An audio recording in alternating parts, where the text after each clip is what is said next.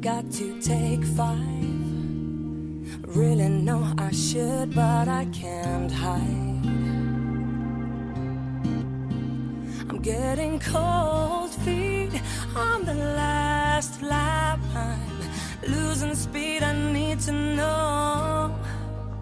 I'm falling in the deep end, full of in-betweenness, but I can't stop this feeling, and I'm losing my way. Stop, start. There's nothing quite so fragile as this heart. I try to walk, run, but faster than you know it, I'm undone. Now I'm under your spell when you hold me, hostage to what could be.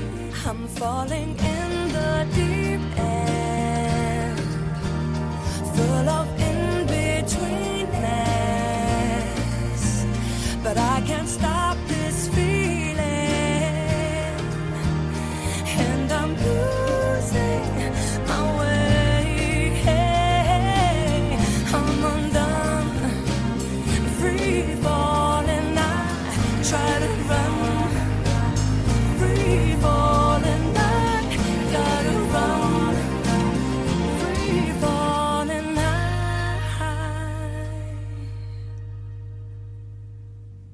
Hold back, I really wish I could. I'm on one track. Yeah, I'm falling in the deep end, full of in-betweenness, but I can't stop this feeling, and I'm losing my way. I'm falling in the deep end, full of in-betweenness, but I can't stop this feeling, and I'm losing my way. La la la, I'm losing my way. La la la,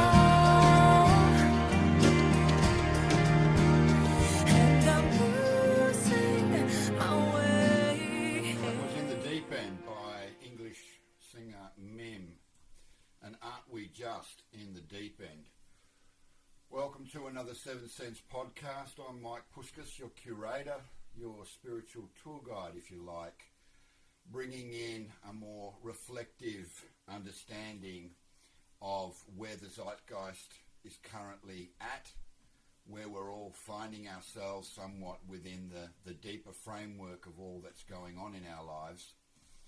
And once again, we'll be featuring a whole bunch of discussion in the meta world, a lot of esoteric insights and projections as to where we're going, what it is we're doing, and we'll have our usual compadre from the UK, Riki Buckingham, joining us shortly, and a nice discussion about what's really, really going on in the collective right now. So the sun is in Pisces and the moon is in Sagittarius, and the delusion of Saturn squaring Uranus and the power of persuasion is rife. And you know what? For some silly reason, we're all incredibly available to it. The expansion and global spread of the coronavirus is a testament to that very fact. Where is our sense of interdependence, I ask?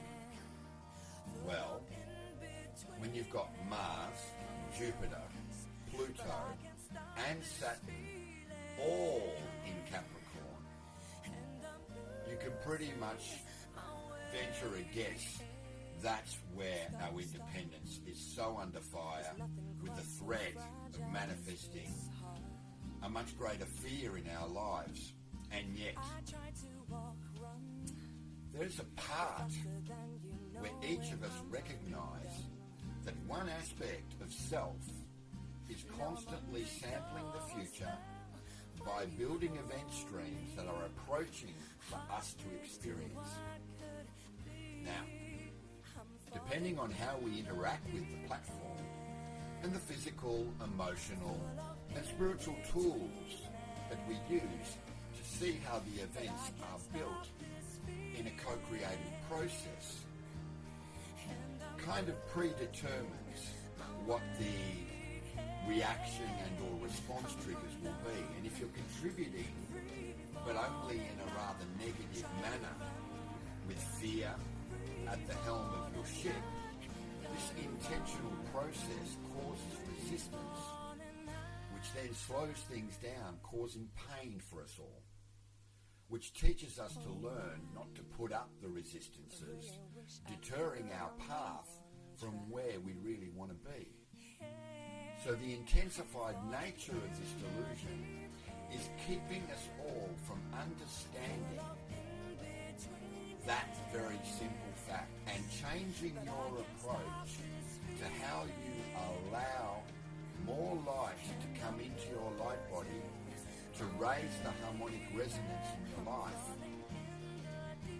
The more aligned, the more in tune you will become to the higher octave that is the universe and the greater cosmology. So tonight's discussion and the original music we would feature to complement and create context will somewhat follow along this path of illuminating the important internal desire to self-authorize in order to achieve a greater harmony. Now, in a way, that's kind of like, okay, how long is a piece of string? But the truth be told, it all exists inherently within all of us. We are truly available to understanding the bigger picture of what really is going on and how we can ultimately liberate ourselves by looking at things through a much clearer lens, a much more heightened and or sensitive lens and perspective to really ascertain what we deem to be the embodiment of truth. This virus, this pandemic that the institutions that govern our so-called well-being, luring us into a false sense of safety and security, is predominantly part of a much, much larger picture. And to put it down to the fact that it's a mutated version of a animal originated pathogen and or culture or virus is really rather naive. There's a much, much bigger picture going on here. And I believe, and many do support this particular notion, that this is actually a bioenergetic, a bioengineered pathogen that, being airborne, has the ability to affect every corner of humanity and the lives that we so desperately try to make sense of each day. And I think that what we really all need at the moment is a moment of pause, a real moment of quietened tranquility. So everybody that's out there listening, and I'll go into the stats in a moment, but all of you listening out there, if you could take your left hand and put it on your heart space, gently tap your heart, and with real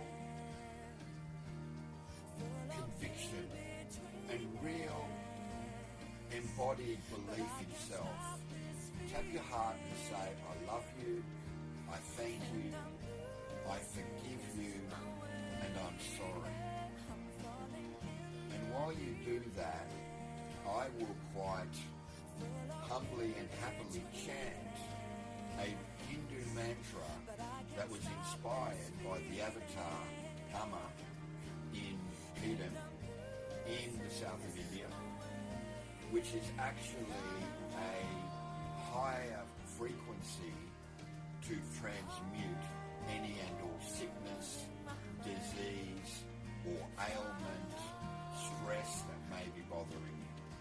So if you can take your hand, put it on your heart, and slowly repeat, I love you, I thank you, I forgive you, and I'm sorry. I will offer the following. I'll breathe in the I am, and I'll exhale the we are. And breathe in the I am, and I'll exhale the we are. And I'll breathe in the I am, and I'll exhale the we are. Om Krim Mahakali Sarvarogam Nasi Nasi. Om Krim Mahakali Sarvarogam Nasi Nasi. Om Krim Mahakali Sarvarogam Nasi Nasi. Om Krim Mahakali Sarvarogam Nasi Nasi. Om Krim Mahakali Sarvarogam Nasi Nasi. Om Krim Mahakali Sarvarogam Nasi Nasi. Om Krim Mahakali Sarvarogam Nasi Nasi.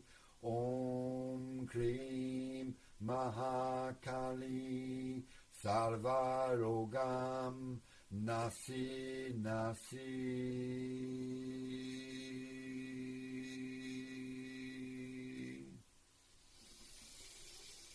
Take a deep breath and breathe out all of the stresses, all of the concerns, all of the pent-up frustrations and issues that you feel somewhat wrapped up in and beholden to because of this media frenzy surrounding this pandemic, this coronavirus.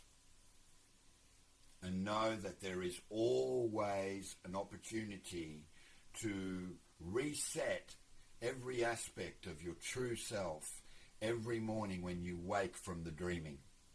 That is a powerful, liberating sense of emotional output. So let's have some music here on Magazine Radio, and when we come back from the tune, we'll have Riki Buckingham join us and get stuck into this tonight's conversation. This is a very appropriate song by an incredibly gifted artist that I had the pleasure to work with many years ago in New Zealand by the name of Tessa Drummond, and her song White. If you can listen to the lyric and what we just did together as a collective conscious, holding conscious space for each other, this song truly embodies the bigger picture of what's really going on. Enjoy White by Tessa Drummond.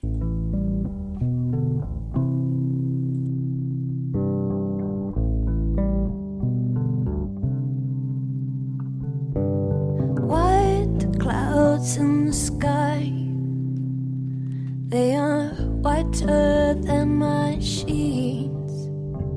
They are paler than your face that now lies beneath. Fire and ice both burn.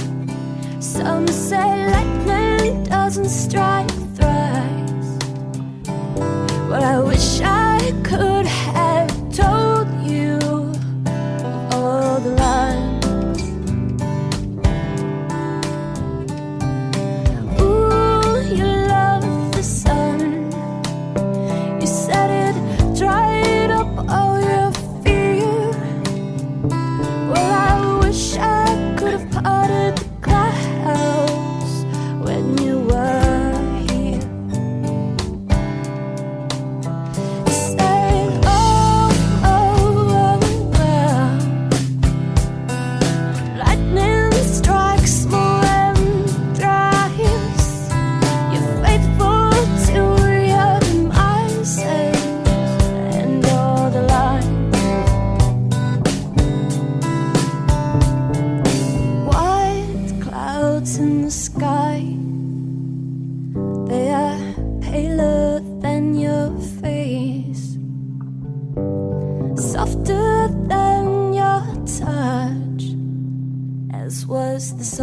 of your gaze. And here it stays, and it is the softness of your gaze. And here it stays, and it is the softness of your gaze. And here it stays, and here it stays.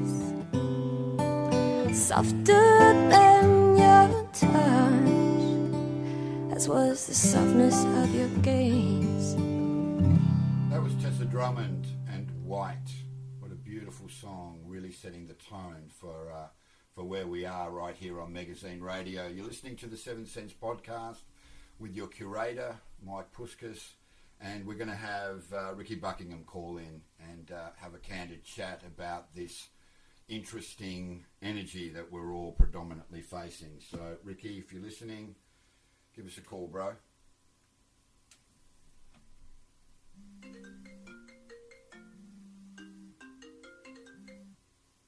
Hey man, can you hear me?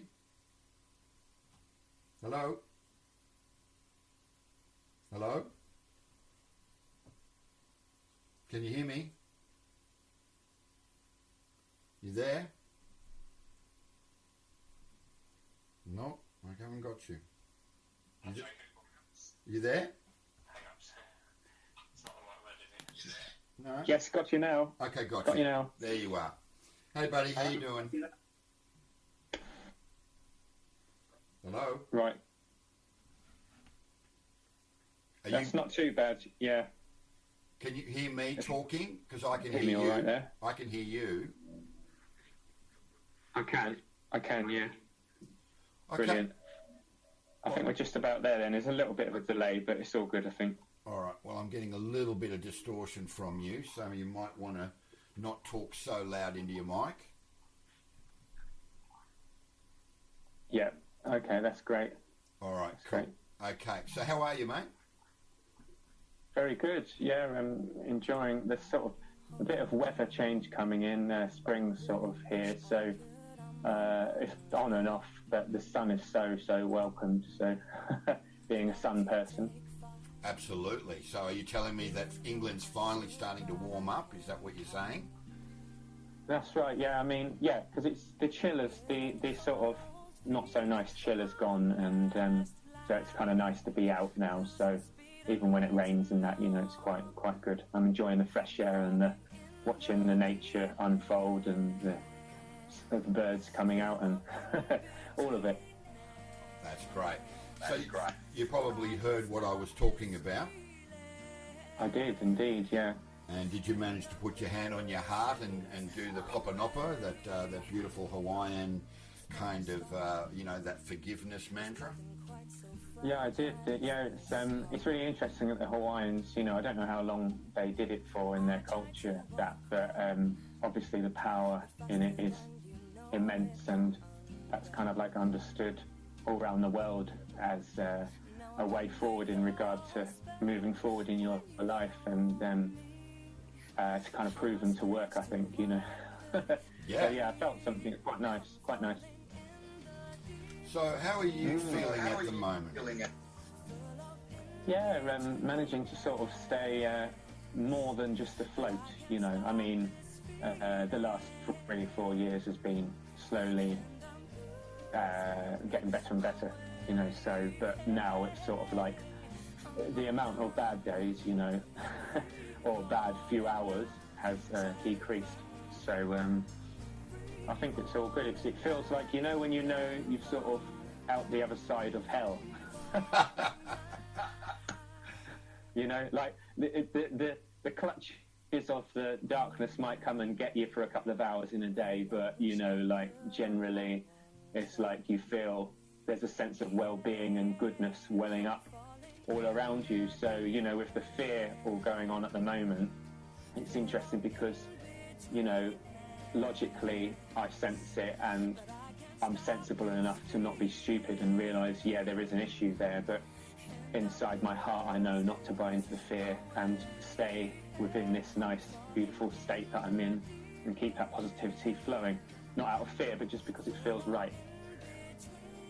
Absolutely. I couldn't agree with you more. Unfortunately, tonight we're getting repeats. Are you hearing my repeat on the stream at all? No. Oh, hang on. Let me just have a look. I'm not actually on the stream, I'm just...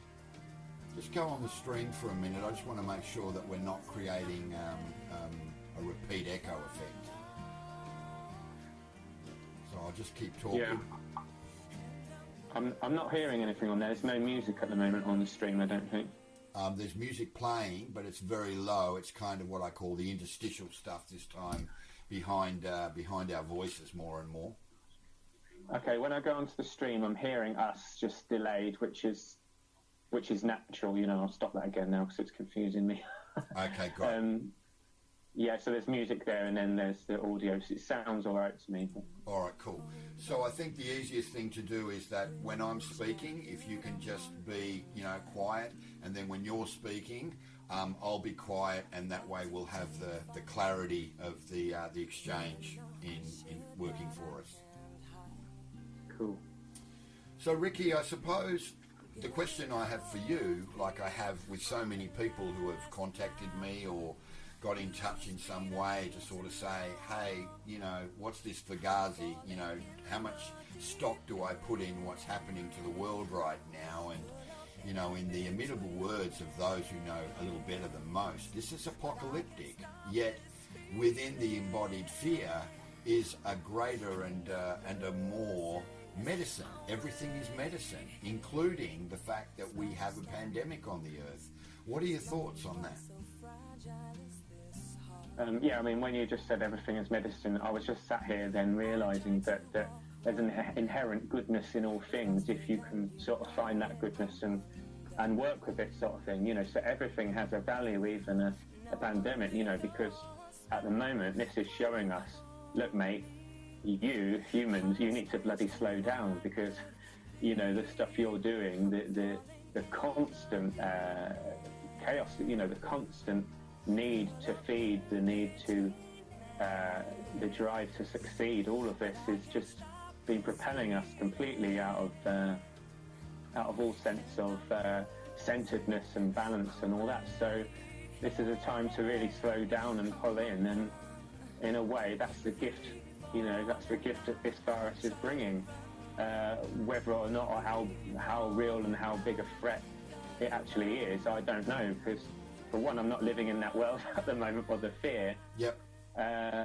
But of course, I do understand for the older population that obviously there is more of a threat there because, you know, if their immune systems are down or they've had issues with their lungs or whatever, then they're going to be very, very sensitive to it. Whether it's a man-made thing or not, I don't know. But what I do sense is that I don't really trust the system. You know, I don't trust the way our system is. I know there are good people who work within the government. Not all just, you know, the darkness, so to speak. But so that's my general feeling, you know, like, yeah, we don't trust the virus, but I kind of don't trust the system and what they would do in excuse for the virus. But then again, all that's fear again, you know. So ultimately, all you can really do is just keep living the best you can each day. And I truly feel that, you know, bringing up your immune system, you know, is a really good idea. not being too caught in fear, because that will lower your ability to fight off viruses, and that still get fresh air.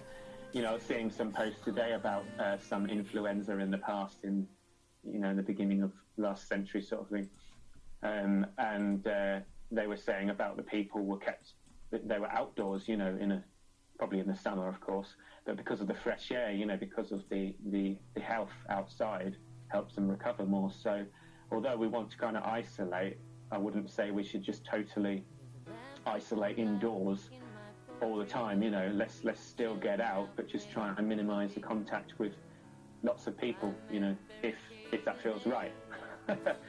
So I think where we're really getting to now is understanding that we are at a point where we can see quite clearly that we have a choice. Our choice point leads us. Do we want to remain in the delusion? Do we want to remain grounded in the lower vibration that all this media hype and all this media distorted perspective creates?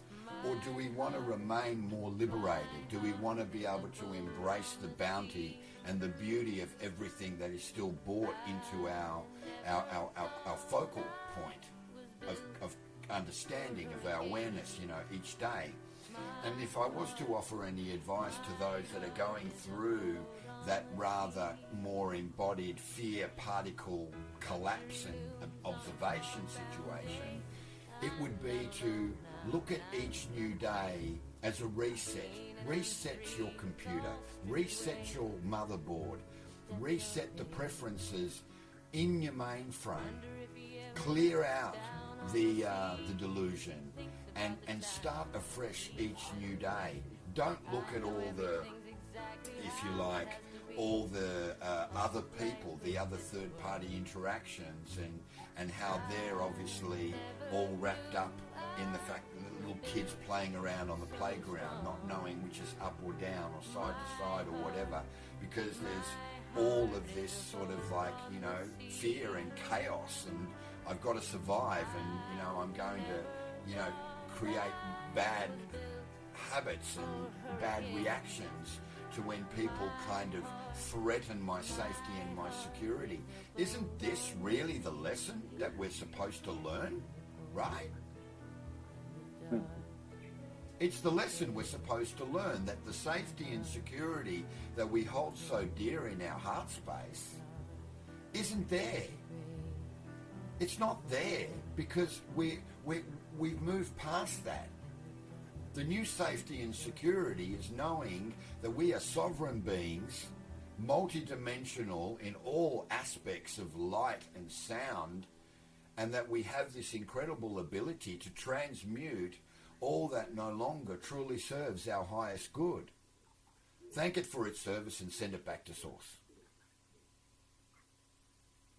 And, you know, yes, there are lots and lots of ways of being able to quell the fear, and that's why meditation and a deeper sense of self-love, which is what this Saturn and Uranus square is trying to bring forward, that, you know, there are ways and means for you to be able to ride this rather turbulent wave and not fall into the delusion of Neptune hiding behind the sun, creating very negative aspects to what's happening, you know, with both with the nodes, both the north and the south node of the moon, and the sun as it goes into its exalted position. All of these things can be attributed to different mirrors of histology, right, that were already, you know, apparent. People are saying, if you really want to understand where this whole pandemic thing stemmed from, go back to 1966. Because in 1966 we had the Ebola virus, right, which was pretty much decimated most of the African nations, and then that was the precursor in early 70s to the AIDS virus. So there's nothing new here other than the fact that if you are older and you do have respiratory problems in the form of asthma and or diabetes and other heart diseases and whatever, you're going to be more prone to being targeted by this particular, virus. But there's more going on than meets the eye. And I think what we really need to do is look at the positives that we have around us and not focus completely on the negatives. What are your thoughts on that? Yeah, I mean, I agree. I feel, there's a few things I wanted to say, which was about how in the old times we were more dependent on the land, we're more dependent on what was around us. So our survival instinct wasn't wrapped up in a system which could potentially crash, and that's scary for people because we put all our eggs in the basket of the system. Yep. And it's we're meant to be more self-sovereign, beings, and Mother Nature was supposed to be the provider, and we directly connected with her, no middleman, So, and I think, in that state when we're not so caught about the survival worries, then of course we were more focused on what made us feel good, what lifted our heart, And yeah, I'd say that it is an important time to focus on the positives, and it's not about ignoring anything negative. It's about that we, I'm going to say this as it is for me, but we need to live before we die, and it's we could be taken out by anything tomorrow, taken out by anything, and when you get back to spirit, it's you want to be able to say, yeah, I made the most of every single moment because I actually got this. I cracked it, I realised that, the magic of life is now, and let's let this opportunity that,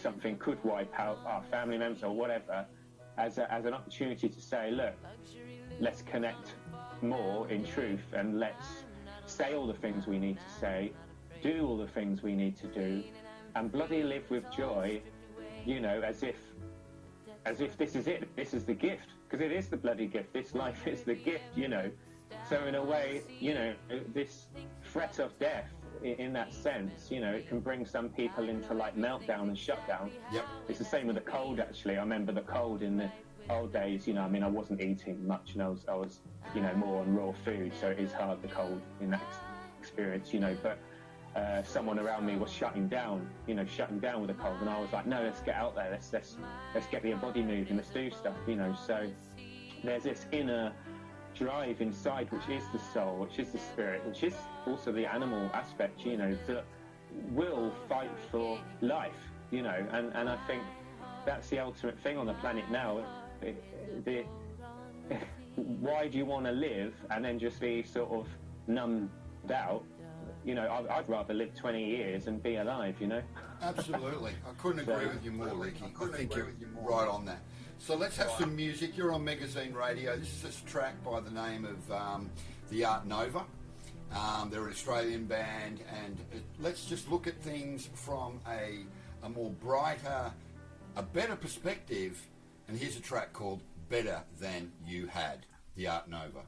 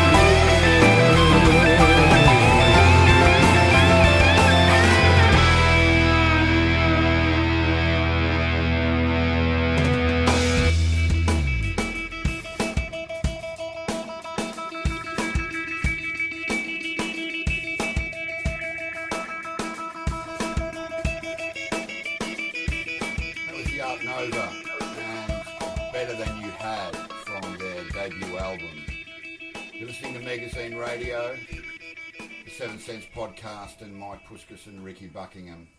And we're talking about the greater delusion and yet the beautiful medicine and the greater message that lies within it. So what do you think of that track there, Riki? That was great. I'm surprised I don't know these bands. It's quite hilarious. Where are they from?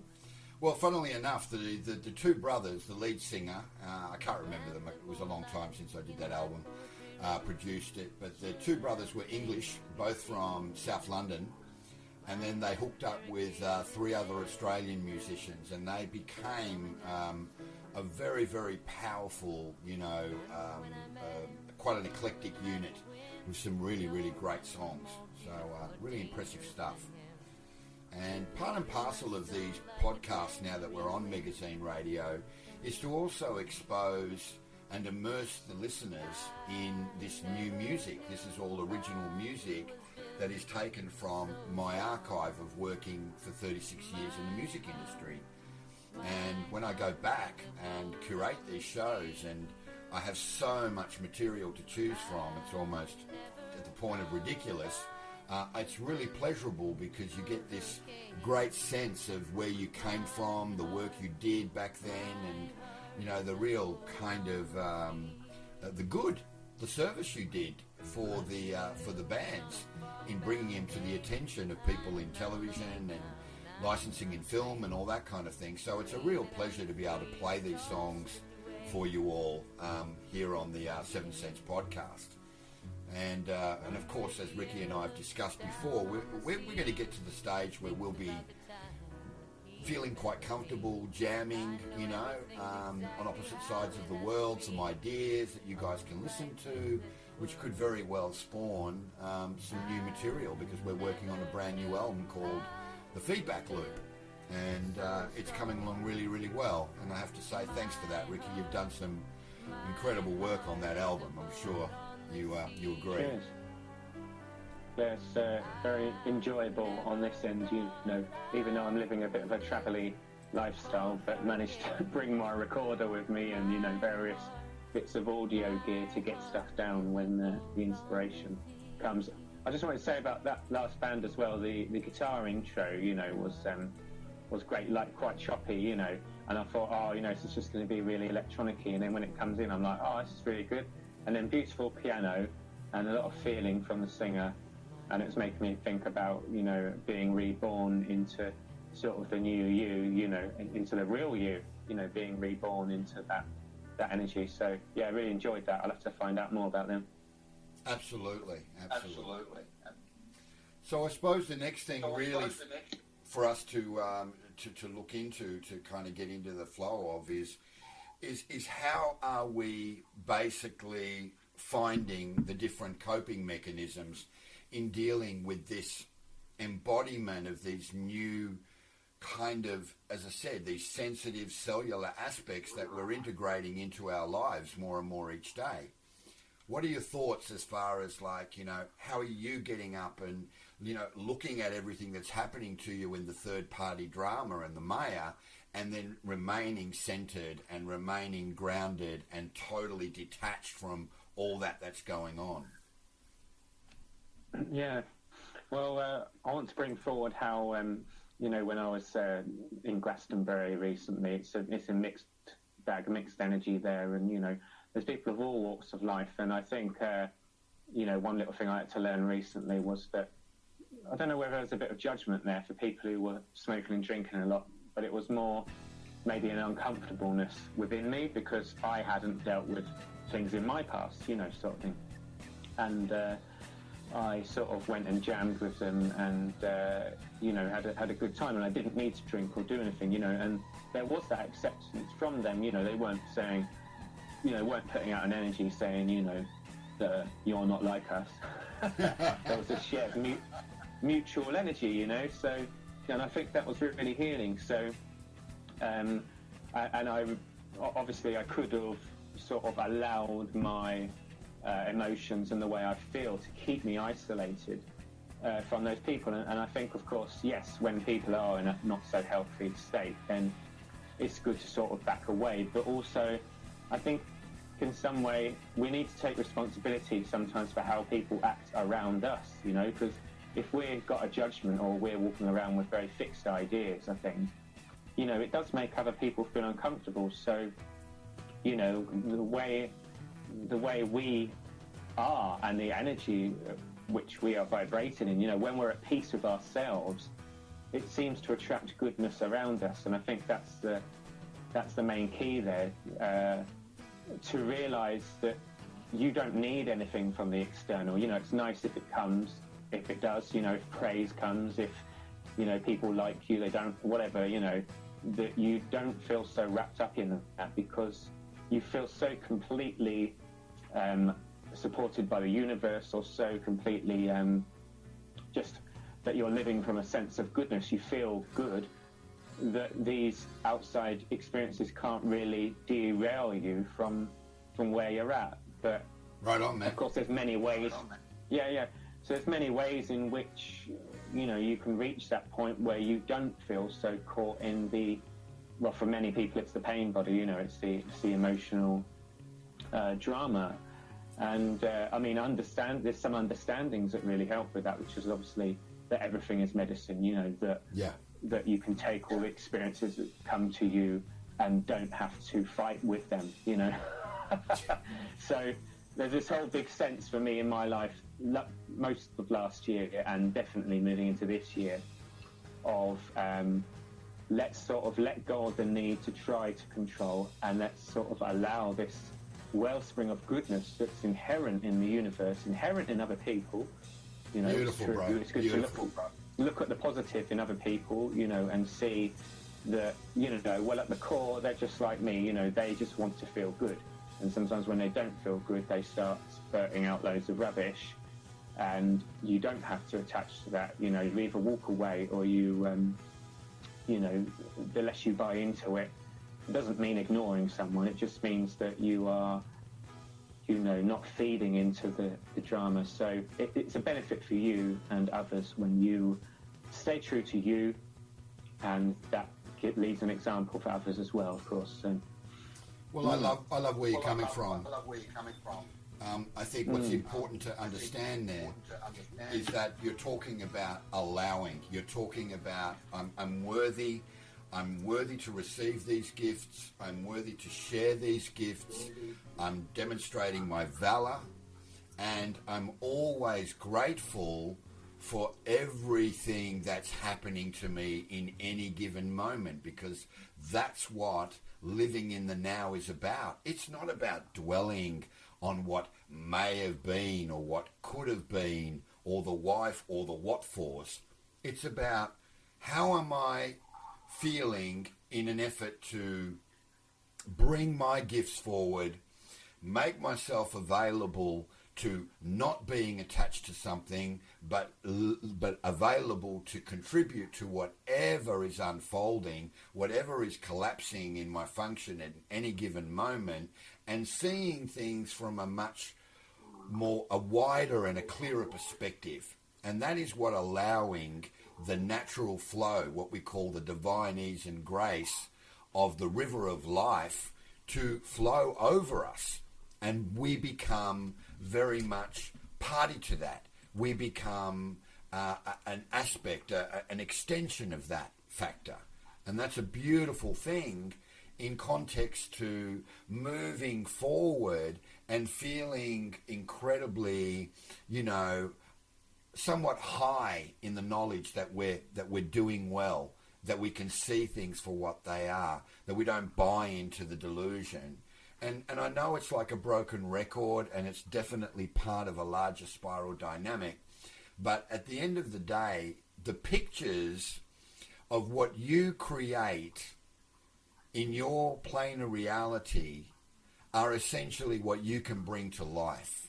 You create the picture, you embody the form, and then you move that form into a more visceral stage of your plane of reality.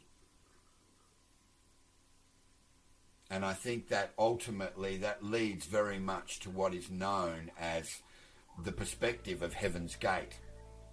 And these pictures is something that I think a lot of musicians and a lot of groups kind of use as a metaphorical reflection of how they feel. Let me paint a picture in my lyric, in my storyboard, in my story for that matter, that is going to give you, the listener who is available to receiving the transmission coming from my heart, coming from my soul, and allowing that to fill you up. Fill your glass not just half full, but all the way to the brim. What do you think about that? That's lovely. I mean, that's the power of music, isn't it? And I think this is why it's so good to release all these outdated things, like, you know, the need to be approved, the what's the word?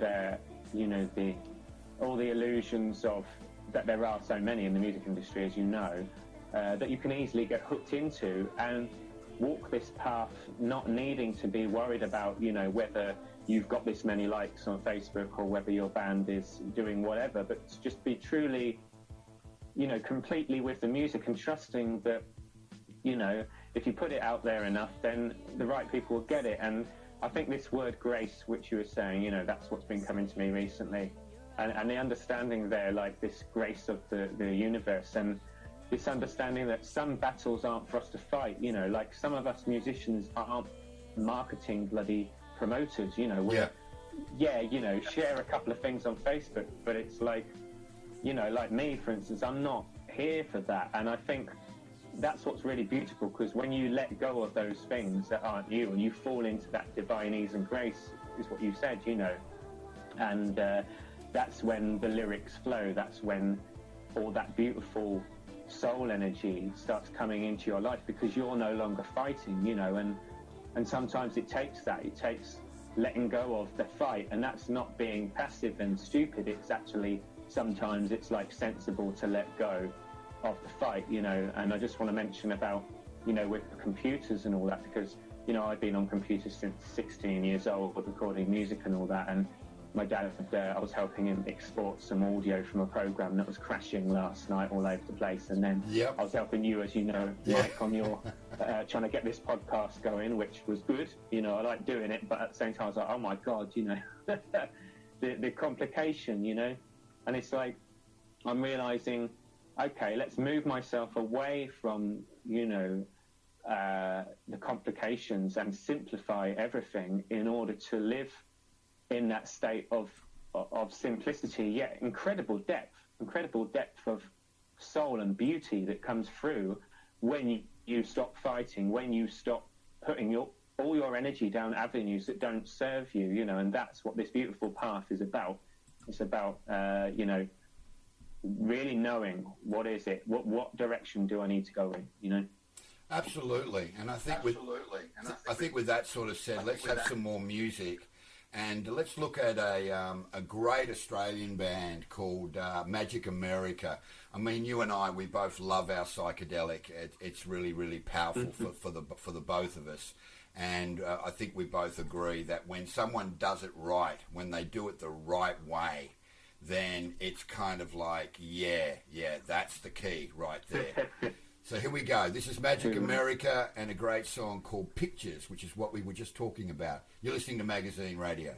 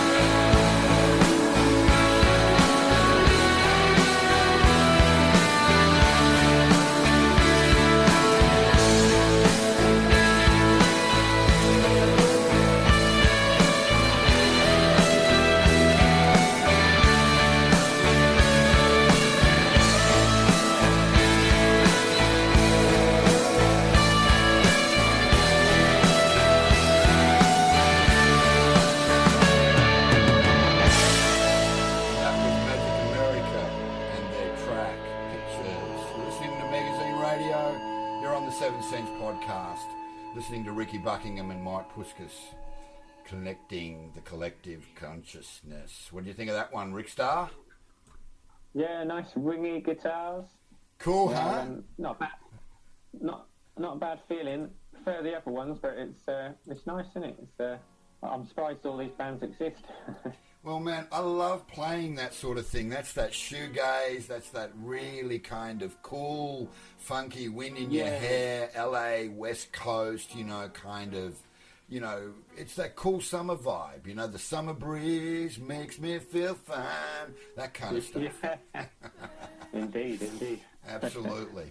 So why don't you lead the next part of our discussion on where, once again, this is a part of our conscious society that is facing something, and a lot of things for that matter, that is really quite foreign. There's a lot of foreignness to the way that this stuff is all kind of welling up and presenting itself to us all right now. What are you thinking about that? You mean as in the fact that the coronavirus is foreign, or do you mean just how people feel, how displaced how long have we been talking about how displaced do people feel right now? Really? Right? They feel like they're like a fish out of water, There's a certain kind of It's like, I don't know whether I'm up or down. I don't know how I'm supposed to react. I don't know whether I allow this emotional outpour and overwhelm to take over my beingness. Where is it at, man? Where is it at? Yeah, well, I think that, I do think we have, as a species, sort of slowly vacated into our mind. And it's not to say that that's wrong, but it's certainly led to a lot of unhealthiness because, it's really cool to have interests, and there's no one saying that's not good, and all these things that keep us occupied and almost sort of like at times distant from the reality around us. And I think that, that's the same with all the media, the crazy watching every film as it comes out. I love films, I love all of that. It's all got its place. Everything has its place, of course. But humanity seems to have sort of disconnected more from its sense of deeper knowing, which is obviously the guidance system, and obviously I feel like there's an inherent intelligence in the universe. And I'm sat here, actually, it's quite nice, I'm sat on a little log that I found, and I put that log against the tree. All right. And then I put my guitar against the tree a bit around the corner so the wind can't get to the, microphone and that. And I've got my little bag of food by me, so I feel quite nicely set up, for the next hour. But point is, obviously, when people come out into nature and when they get at least a prolonged amount of time out there, the general mind chatter, like you usually say, tends to drop. And we hear where we are, we hear the voice of where we are, and sometimes that's difficult, and it's like, right, I want society, I want something to sort of take my attention, I want to be, what's the word there, I want to be, have constant, well, you want to be present. Yeah. You want to be present, you want to be in the moment, right? Yeah, so I think that's how things change as you start progressing along this path, is that you start wanting the real reality, rather than wanting to numb out and disappear from reality. So it's almost like, running from one thing inside your psyche, but at the same time, when you realise that if you run towards what you're afraid, you'll feel so bloody good because that hurdle, you'll be over in a week or a day or a few hours, it's like, it's just that initial thing. Recently I had this thing with the ladies, like this fear, with the ladies and that, of talking to them and, ones I really like. I remember you saying that. Yeah, so that felt really good. But anyway, to bring it back, so with what you were saying there with your question, I feel like dissociation and all that sort of links in with it, and this numbing out. So what, as a species, I think if we learn to resensitize ourselves, to realise that, okay, the human species is a sensitive creature, where we have a vulnerability, we have a great bloody strength, but we have a vulnerability at the same time. And if we can get to grips with that and not have to keep hiding and masking it and being our truer, authentic self, the truth of the spirit will be with us, whatever our spirit is, whatever you believe that is, you know, whether it's just inherent goodness or life force. And that life force wells up from within you and is your guidance system in a world in which people are going around going, you know, what the hell's going on? Why is this happening? You know, wanting answers, all of these things, you know. No, that's fine. And funnily enough, you know, I think this is good because this gives us a segue into, you know, we had International Women's Day last Sunday, and you know, over here in Australia we had the Cricket World Cup final between, you know, Australia and South Africa, and it was an amazing game, but mostly it really embodied this sort of very nurturing and rather nurturing and loving connection that most of the women and the ladies found on the day. And this next track that we're about to play is called Mechanical Love. Ladies, don't look at everything from being too mechanical. Don't get all rigid and sort of my expectation is this, and if I don't get all of these things on my list, then I'm going to feel like, you know, I'm really not in the flow. And so this particular track, Mechanical Love, by an incredibly great band from LA called Stimulator, featuring Susan Howarth out front, is a perfect testament to that. So enjoy that. Mechanical Love by Stimulator. You're on Magazine Radio.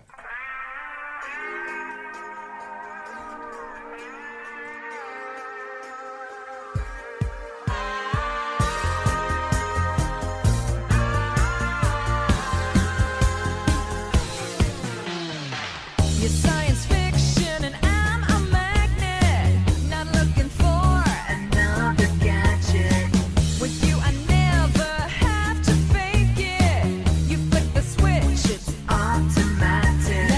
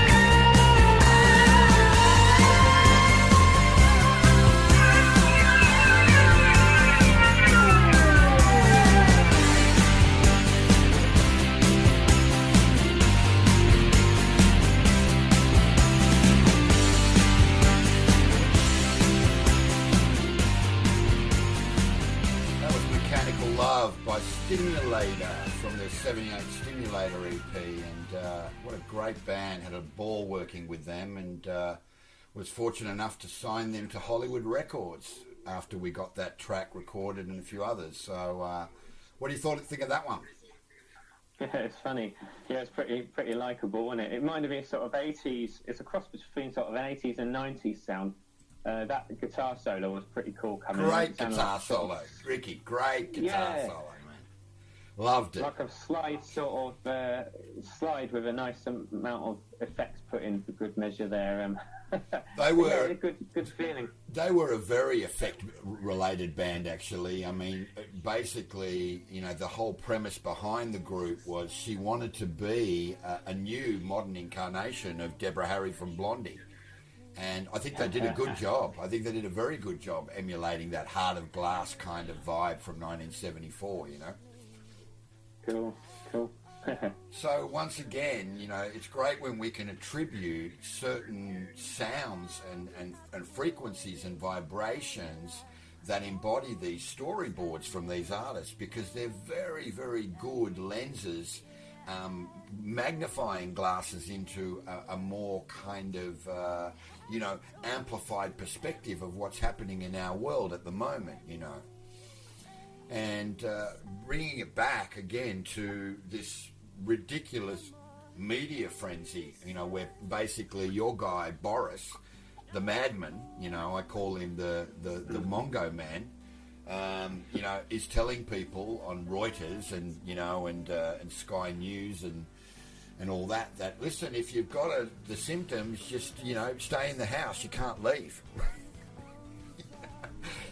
You're sort of you have to self-quarantine yourself for 5 to 7 days. And, oh, by the way, if you're living with people, which is really what he was talking about, was, hey, if you're potentially sick and the rest of your family are with you, then none of you can leave. So you're all going to go stir crazy.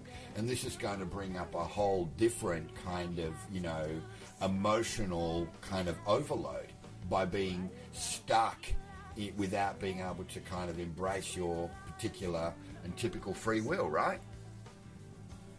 Yeah, we all need space, you know, to to realign. You know, I mean, I think I do think we're sensitive creatures, as I was saying. We sense, we can feel the pressure of someone else, you know. So if someone's struggling around us, so, you know, I don't know how that's going to be for people who do have to stay in like that.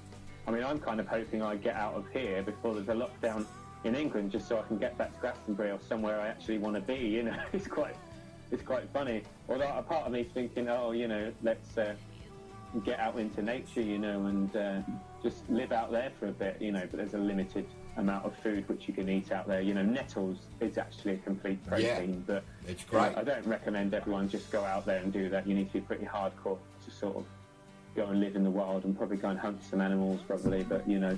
I was thinking, Ricky, that, you know, now that we've got this kind of format happening, and, you know, we've got the cueing of the music, and we've got a good flow going, and you start doing your own radio show, maybe you could kind of correlate what you're doing on the Radiant Vitality blog. Let's do some plugging of what you're doing. The Radiant Vitality blog and the Awakening Earth website kind of correlate the different perspectives that you're presenting there in your radio show, and then have special guests like, you know, what's his name, Dr.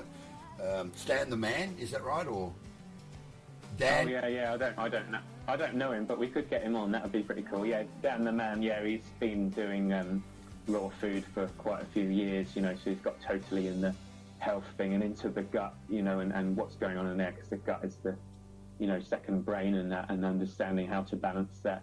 And then I've got a good friend, Chris, who's he's from near Southampton, but he's hanging around Glastonbury a lot, and we've been doing a bit of music and having a bit of a laugh. But he's been working on stopping 5G, or at least halting 5G in the Glastonbury area.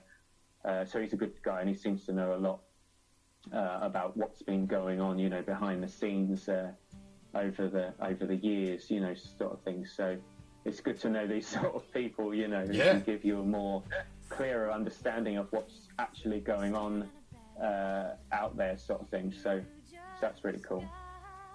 But yeah, the Radiant Vitality, not much has been done on it while I've been focusing on other things, you know, but that's more about helping people bring resolution to past traumas, or how to get in the flow, follow your divine purpose, how to let go of addictions, you know, just how to find that more easier, you know, how to find life more easy and try and follow your heart, you know. So that's all that focus. And then, yeah, I do want to mention Awakening Earth because of the point of, if anyone has any articles that they want to start getting up there, if anyone is writing, and feel free to, you know, bring some content forward to me to have a look at, and I will gladly sort of post it on the site, you know, because it's meant to be a multi-purpose and multi-people blog. So let's do some housekeeping on that level. And the first thing we need to let people know is that magazine.today. This is the thing, guys. So I think the easiest, for those that are listening, for those who are vibing and resonating on what it is that we're presenting, which is coming from our hearts, and once again, we qualify neither of us and the other members of the team, you know, Corey Kaplan and Kim Renuity and Mark Lozier and Greg Delapai, but they're all, you know, doing their thing. None of us have qualifications. We're not really qualified as so-called, you know, particular types of practitioners. We are coming from a very open-hearted perspective based on experiential and immersive understanding of where we're all at. So we need to figure out a way to be able to get you guys to communicate with us. And at the moment, there is this thing, magazine.today, which is a blog, a magazine, online magazine, and in it is a chat window. And if you go there and you want to talk to us, I can have the chat window and Riki can have the chat window open, and then if you talk to us and ask us a question, we can answer you in real time. So in order to facilitate that, because we can't share, you know, anything typing here for you guys to do, Riki's Facebook page is, Riki? My Facebook, for Awakening Earth, it's, you know, Facebook.com/awakening.earth. That's the main one to go to, I think, and sort of from there you'll be able to find the other sites and that, you know, they're all sort of linked, which is pretty good. So yeah, Facebook.com/awakening.earth. And I think it could be www.awakening.earth. And the actual website itself is www.awakening.earth. And from there you can get to all the social media sites. And it's good to connect on there because, you know, I'm trying to connect with as many people who just, you know, feel called to either do something for the planet, or they are just on their own journey but they want to share. So there's an Instagram account as well, which is really nice to connect with others and, you know, just see what each other are up to, and you know, I'm making the effort these days to actually comment back when people make a comment to me, because it's about connecting with people, you know. And I know the internet doesn't really do that in the way we really wanted it to, you know. Real life contact is a heck of a sight better, but, you know, at least let's make the effort to actually reply when people contact us, and, you know, show that we appreciate others, you know, and that we respect. It's about respect. So yeah, all that's available, and yeah, I'd love to connect with people, you know. So for me, just so I'm not like Riki, I don't prescribe to having social media and all that garbage on my phone. I'm sorry, I'm not an advocate. I do use it on a desktop. But if you want to reach me, I'm just facebook.com/MikeDeadFamous, one word. You can add me as a friend on that. And also we have /The Seventh Sense, which is THE, the numeral 7, THSENSE. And if you contact us in the inbox there or post a comment, we'll get back to you. And that's a good first place to connect with us.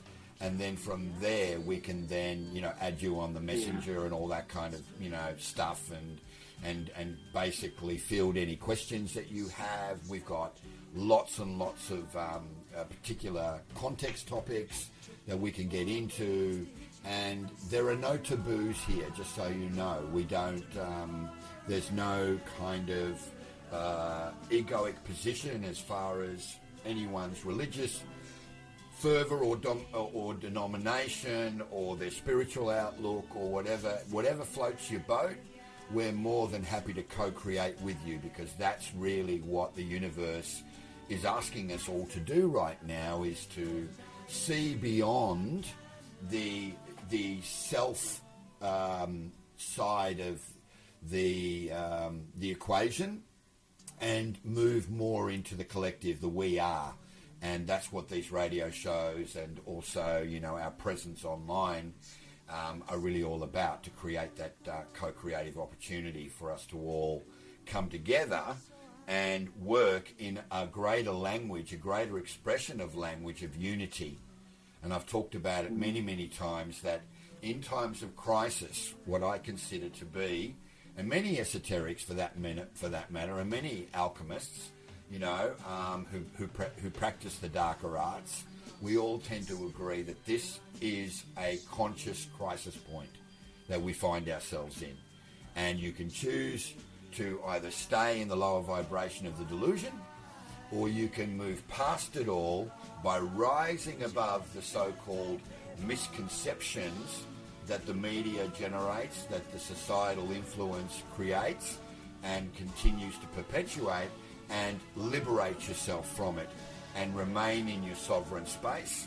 Always an incredible, opportunity to ground in what is important to you, And sometimes, I will say this, sometimes, and there is nothing wrong with, venting your frustration, your emotional overwhelm, your anger, if you like, by listening to certain pieces of music, because music is all vibration, it's all higher frequency. And when we come back from this next piece of music, let's talk about, how do we maintain frequency? How do we ascertain the dissonance and the kind of the distortion in frequency and still remain somewhat balanced and grounded in it? So I couldn't think of a more appropriate song, looking at the episode group, of a track called Sex and Violins. It's screamy, it's out there, it's like Queens of the fucking Stone Age with a little bit of Meets at the Drive-In, and throwing a bit more kind of metal to it, and it really, really, really hits the spot. So here it is, Sex and Violins. Get out there and have a scream.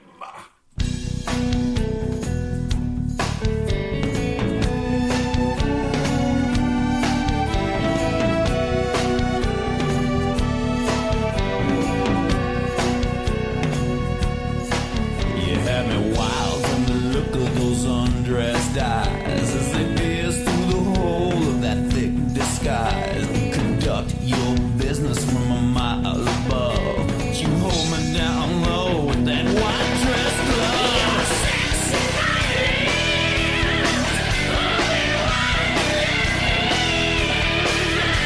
You run my boat, got the snow in your back. You're a night in the upper.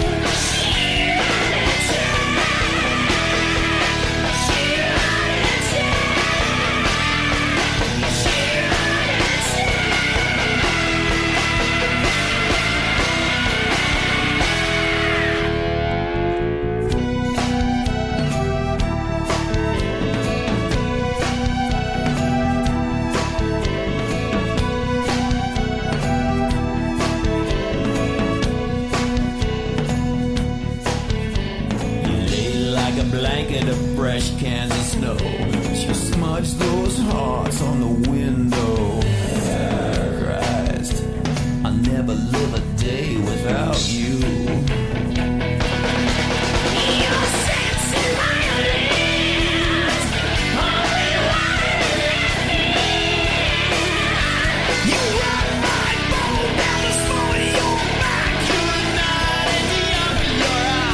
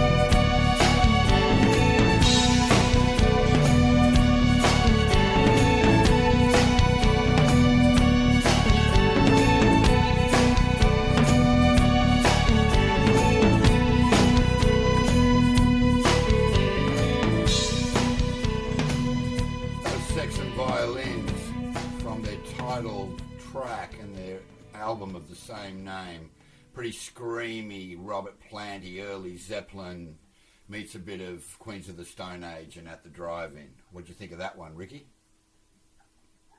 Yeah. Hey man, do it. Yeah. You smudge those hearts on the window. That's what he was saying in the song. Great lyrics, dude. Well, I mean, what a great, that's got a really good dynamic range, that tune, dude. It's got a really, get up and, what's the problem with you, man? Just get out there and, shake it out. Get it out there and shake it off, Well, this is the thing I'd like to just bring up quickly to do with that, with the music. For you said it's all, all good vibration. I think there is good vibration to be had in all music, but music like that, he was expressing, in a very positive way, something which was, sort of double-edged in nature. This woman who's obviously has a dark side there as well to the whole thing, and I think that's good. You're expressing the darkness and you're saying about it, but it doesn't mean that you are dwelling in or consumed by something very negative and unhealthy. Do you know what I mean? So, absolutely. And this is what I love about the classic rock. It's like, so the classic rock is just, I feel pain. I'm going to express this stuff and get it out because that's healthy. So there's a real discernment there between, that and truly dwelling in the hatred, and that is a different thing. And most musicians are, expressing from that place of, a healthy place, and it's so needed. And you can understand that all around the world, it's so needed, isn't it? Absolutely. And let's just now put that and correlate that to the human condition.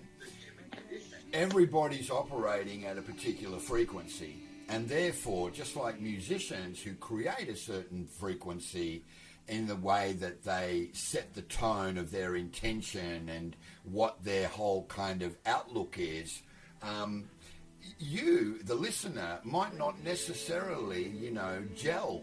You might not necessarily tune into that frequency, which is why you find yourself disliking a piece of music. Well, it's not dissimilar to people. More and more as we become more aware, more self-aware, more kind of integrated with this AI transhuman experience, some people calling it the new face of the human cyborg, we're being able to use our filter of discernment to actually, determine, am I with this person and are we on the same page? Because their frequency seems to be out of kilter. There seems to be dissonance in it. And I'm not really feeling what that person is on about. And I'm not really getting into what they're representing or how they're representing and whatever. And I'm not judging it. I'm not kind of using ego to judge it and to take center stage and fall into a deeper delusion, but rather I'm using wisdom here to kind of say, well, you know what, I just don't feel that we're aligned. And so I'd rather remove myself. I'd rather kind of move out of that particular circle of energy, if you like, that field of energy, and, you know, maybe revisit it at another stage. And there's nothing wrong with that, to turn to someone, and I do it quite frequently, and say, you know what, man, to be really frank, it just doesn't work for me today. And there's no other, you know, agenda here. There's no kind of, you know, secret or darker motive. It's just that it doesn't work. And I'm quite happy to detach for the moment, but more than happy and humble to come back and revisit at another date. What do you think? Yeah, I think that you do get in these patterns and connections with people that it just doesn't seem healthy, you know, and it's like, unless both people are really willing to work on it and express what's going on, you know, and I think sometimes people don't know what's going on in these certain connections, whether it's relationship, friendship, or whatever, you know, and I've experienced something like that recently, and, you know, I had to walk away, and the understanding was, you know, am I just running away? Am I walking away? You know, and you have to make that decision. And even if you were running away, it's okay to kind of run away, you know, if someone's bringing you a lesson that's too harsh and it's too much, you know, because ultimately, you know, there's a way to, if someone's challenging you, you know, there's a way of doing it in a healthy way, you know? Yeah. So there's something you need to learn. Yeah, trust the universe, it will come back again. And I just feel like, you know, ultimately we really need to be able to be around people who see the goodness in us. You know, yes, they see the hurt, they see the pain, that's fine. But when you get in these interactions where it's like there's just something really dislodged and you can't just seem to see eye to eye, and, you know, and it can get very, very unhealthy, and it's too easy to get pulled into that sort of thing. And we're not required to do it. You know, we're not required to have constant disease, you know. We're not supposed to go through this life without challenges, of course, but I just strongly feel that there's nothing wrong with wanting those challenges to come in a more balanced way in which we can deal with it, rather than having them slammed in our face. Agree. You know, the universe is a universe that isn't saying, you know, come on, sort yourself out, you know, you gotta whatever, you know. Yeah. You know what I mean? So I do. We don't have to feel pressured and or stressed out, thinking that, you know, we have to be available to everybody's expectation. That's not what's being sovereign in this new day and age, in this new 5D abundant timeline that so many of us are talking about, particularly at an alchemical level. You know, one of the things I've been, you know, saying quite a lot is we draw the alchemical connection of all the elements outside time-space that nurture and nourish our soul to manifest in the now. We bring what exists outside of our periphery of understanding, of experience, and we draw that event stream into a conscious focus in the now. And it's a really, really great way to create balance. It's a really great way to really ground to Mother Gaia, because Gaia is saying, look, if we can't come to some form of compromise and a deeper understanding of the bigger picture of all trying to co-inhabit and coexist and co-create on this one, you know, mass, this land mass, then we're going to have to look at ways and means of changing the value system, changing, you know, the way that people can recognize the intrinsic goodness that lies in everything. And I just want to go a little deeper and say this. This particular pandemic, this virus, this COVID-19 or whatever it's called, within defined order of the universe, that is universal law, L-O-R-E, not this man-made law rubbish. It has a right to exist. It has its place within the greater framework of the cosmology. Although our understanding is at a microcosmic level, it has a greater macrocosm that makes it available in a more expansive sense, but it still has its right to be here. It has a right to exist. It does not have the right, it hasn't been granted the permission to infect and affect tens of thousands of people on the planet. That's not within the defined order of universal law. But we do need to adhere to some of these very important principles of being able to generate some form of greater structure by which humanity and the geno pool actually lives by. And with that said, this next track by Amanda Bloom, who is an amazing eclectic artist. I mean, if Tori Amos didn't exist, if Kate Bush didn't exist, if, you know, Sarah Brightman didn't exist, and so many of those beautifully, you know, like Fiona Apple and Poe, I played her last week, you know, if these incredible eclectic women with these unbelievable gifts for human voices, human language centres, didn't exist, then this woman, Amanda Bloom, would have it pegged completely. So this is a track called It Must Be the Living, and it really does ultimately set things very, very much into perspective when it's kind of like, well, you know, what lens are we looking through everything? Perhaps this song might shed a little light.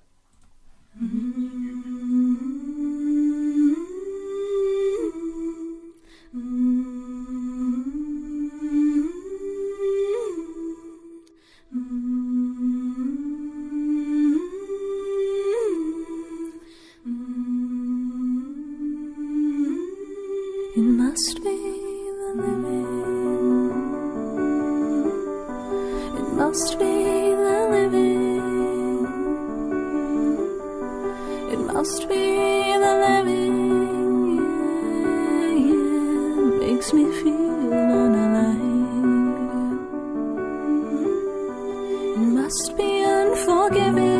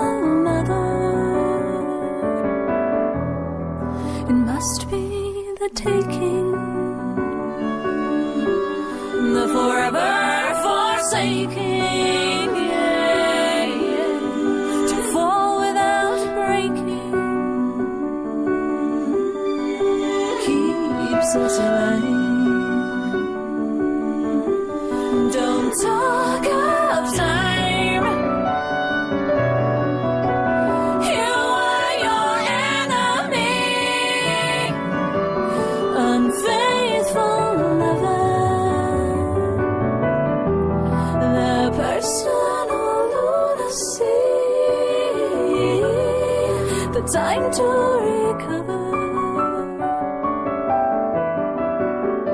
must be expectation, elevation, sweet temptation, so much time, contemplation, hesitation, desperation. Watch your time, that's it. Sweet cessation, isolation, no more time.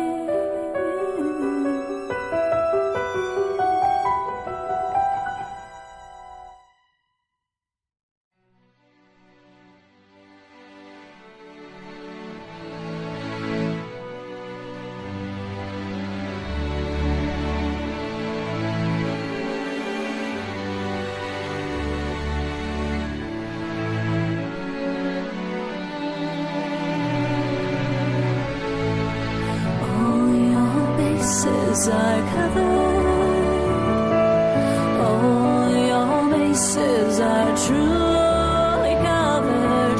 All your bases are covered, child. All your bases are truly covered. All your bases are covered. Fight off your enemies. All your bases are truly covered. All your bases are covered.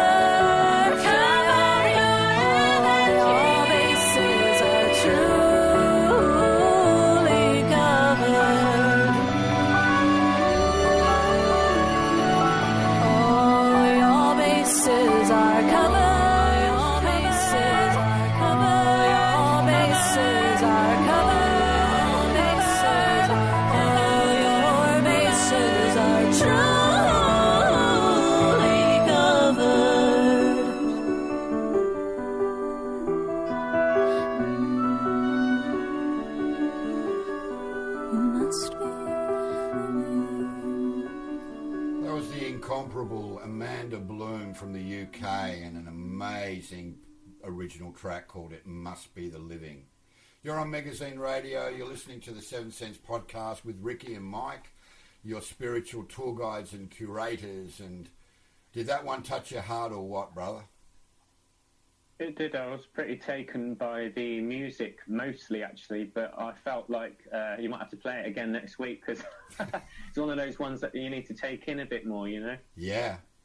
I mean, what an eclectic artist. Let's talk about these eclectic artists. I mean, one thing I said to Amanda a few years ago when I actually saw her in Wales was, if you re-recorded these incredible songs off your album in 432 hertz, you would reach a multitude of people all around the world. I'm not kidding. You'd find that you would just have this higher vibration of interconnectivity with people. And she just couldn't see it. She said, oh, no, I don't want to muck around with a formula. I'm classically trained and I'm very, very much, aligned to my power and my pathway. And I said, look, it's only a small percentage of your true potential. And that's where a lot of artists, they do really fall down because they're not prepared to listen to third-party, insight and advice that is there to support them, right? Support their journey, help them to reach a wider audience and not fall into the trappings of becoming, rock star material in the industry. God, yeah. It's, this has all been going through my head, obviously, and because I'm so wanting to live a true path as possible, and even the question about, do I want to get anywhere of anything? Because ultimately, if you truly live from your soul, then it's about the giving, it's about the sharing, and, that becomes your number one thing. So you realise, the opportunities are every day, whether I'm successful or not, and I just felt to myself, well, I just want to stay true to the music as much as possible, and I know for a fact that I'm not fully embodying my, power and energy within the music yet, and at least I'm aware of it, and I know, some moments you peak, some moments you sort of really let go into it. And the other day when I was busking, I was going through the sort of standard songs, and I'm never one who just plays stuff the same all the time anyway. Mm-hmm. But they were getting a bit boring, and I wasn't really in it. I wasn't in the energy, so I just did a jam, and I just made up some stuff on the spot, and instantly it's like bam, the spirit started flowing. All that more truer, more authentic sound started coming out. And then after that, I went back to the songs that I usually sing, and they were working better as well, and people were putting the money in, it was all working well because of the fact that I was feeling it, so it's all about feeling it. Absolutely. I just got an email, actually, from somebody over in Switzerland. saying absolutely loving it. Thanks for sharing that that Facebook link. Nice. Loving the whole gentle feel, while there's obviously basically what Michelle is saying. I'm loving the gentle feel of everything that you're presenting, but I know that there's a deeper message for self-correction that we're supposed to take on board, but you're not out there kind of shaking your fingers, and you know what I mean? So, yeah, I mean, that's part of the drama again, isn't it? Like trying to blame this, that and the other, But I think it would be good to talk about how, the inherent goodness in this virus is that it's telling us to slow down. And look at what's happened to China. Like it's totally slowed down. One of the biggest, countries causing, gases and all this pollution, and they've had to slow right down. So in a way, look at the benefit that this virus has actually given. Yes, I know. Unfortunately, some people are dying, but on a grander scale, the Earth and the planet is saying, please just calm the heck down. Just calm it. Just calm it.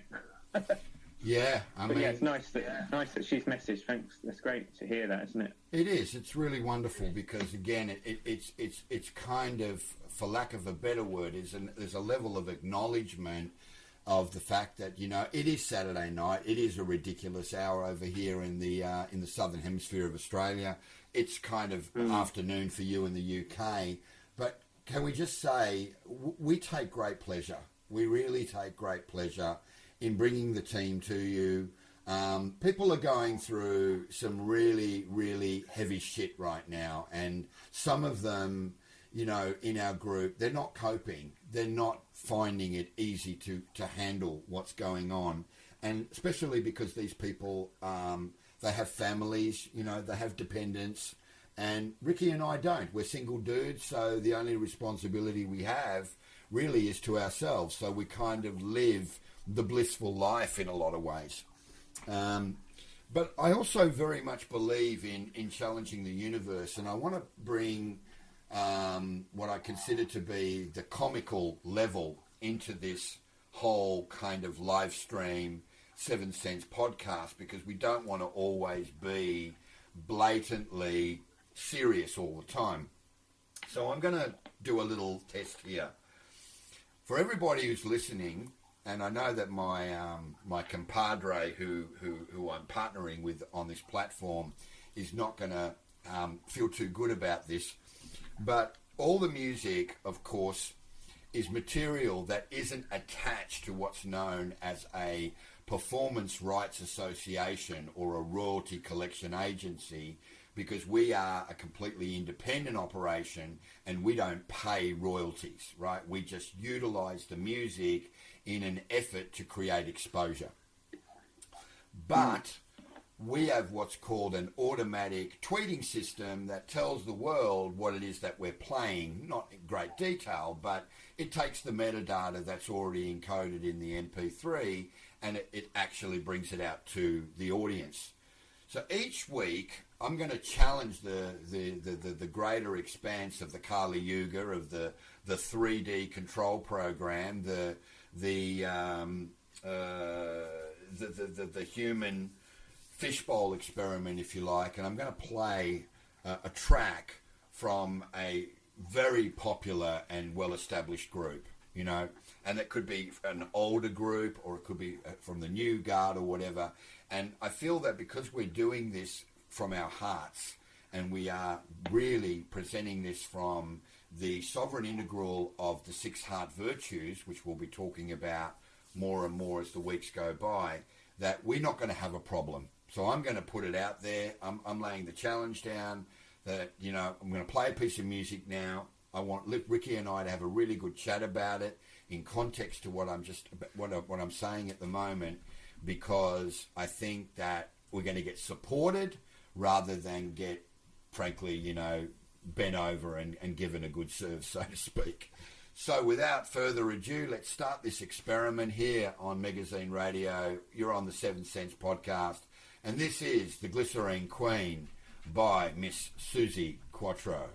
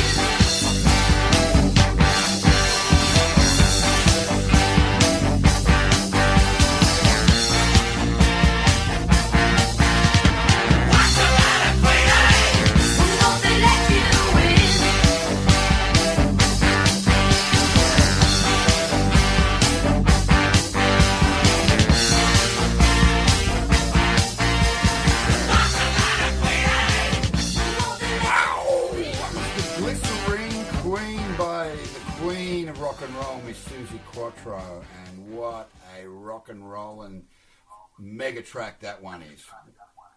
Well, Ricky, that bring back some memories, bro? I want to dance. I am dancing.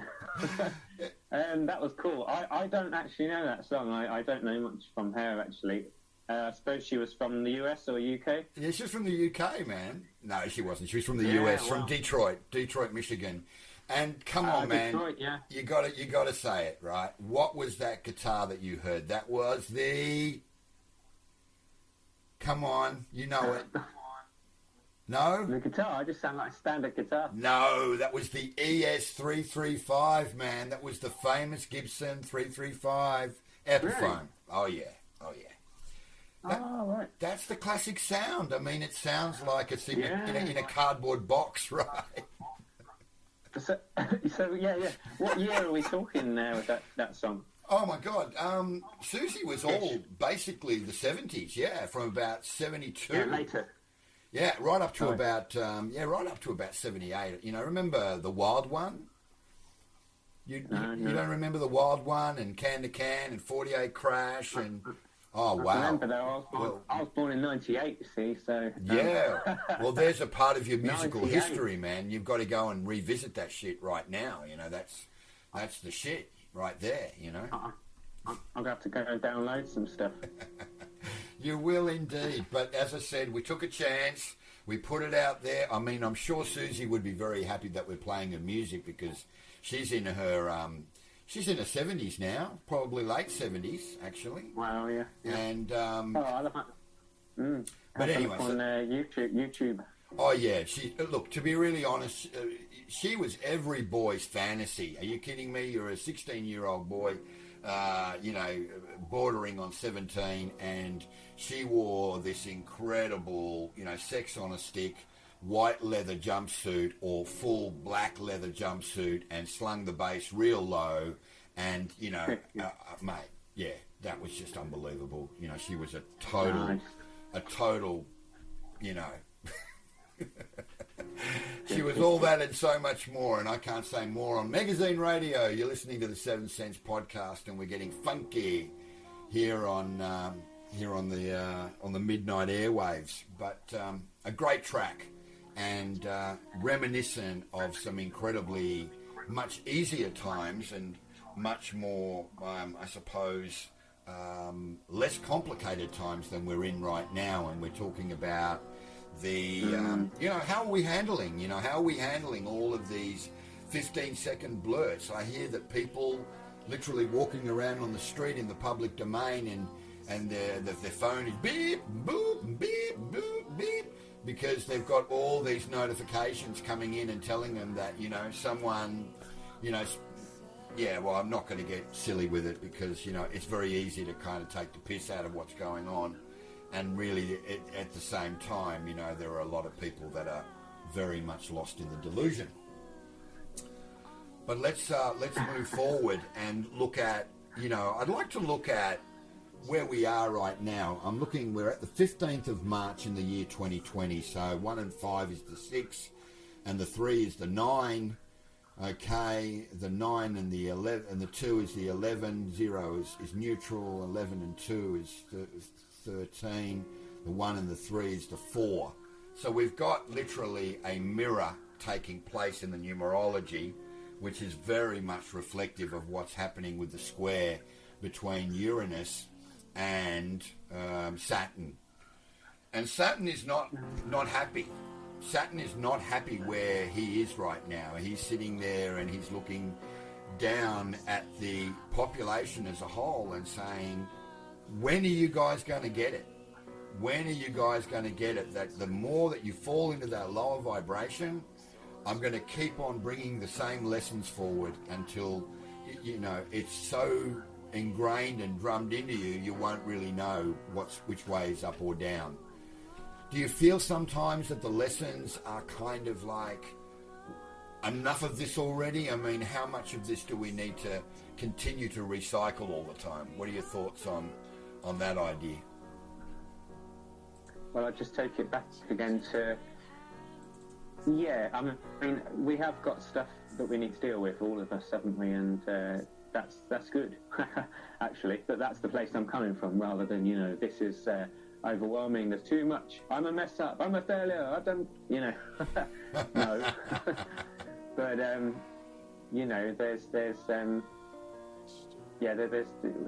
I don't know, there's not so much we need to concern ourselves or stress ourselves about, I think. And again, it's more about getting in the flow and really enjoying life. I mean, we're here to enjoy it. I've lost your question, actually. Look, the question was essentially, do we need to continue to recycle the same habits? Do we need to fall into the same kind of, the lower vibration of the student modality, sitting in the Gaia classroom and taking out our exercise books of life and continuing to have to work out the same problems all the time? When do we stop doing that? When do we arrive at a higher kind of octave of self-expression and go, enough of that already, it doesn't work, I'm going to transmute it, and I'm just going to move past it because it's not going to give me a greater liberated sense of self. Yeah. I wrote down last night about become the water, become the fire, become these elements. And yeah, I like that. Interesting.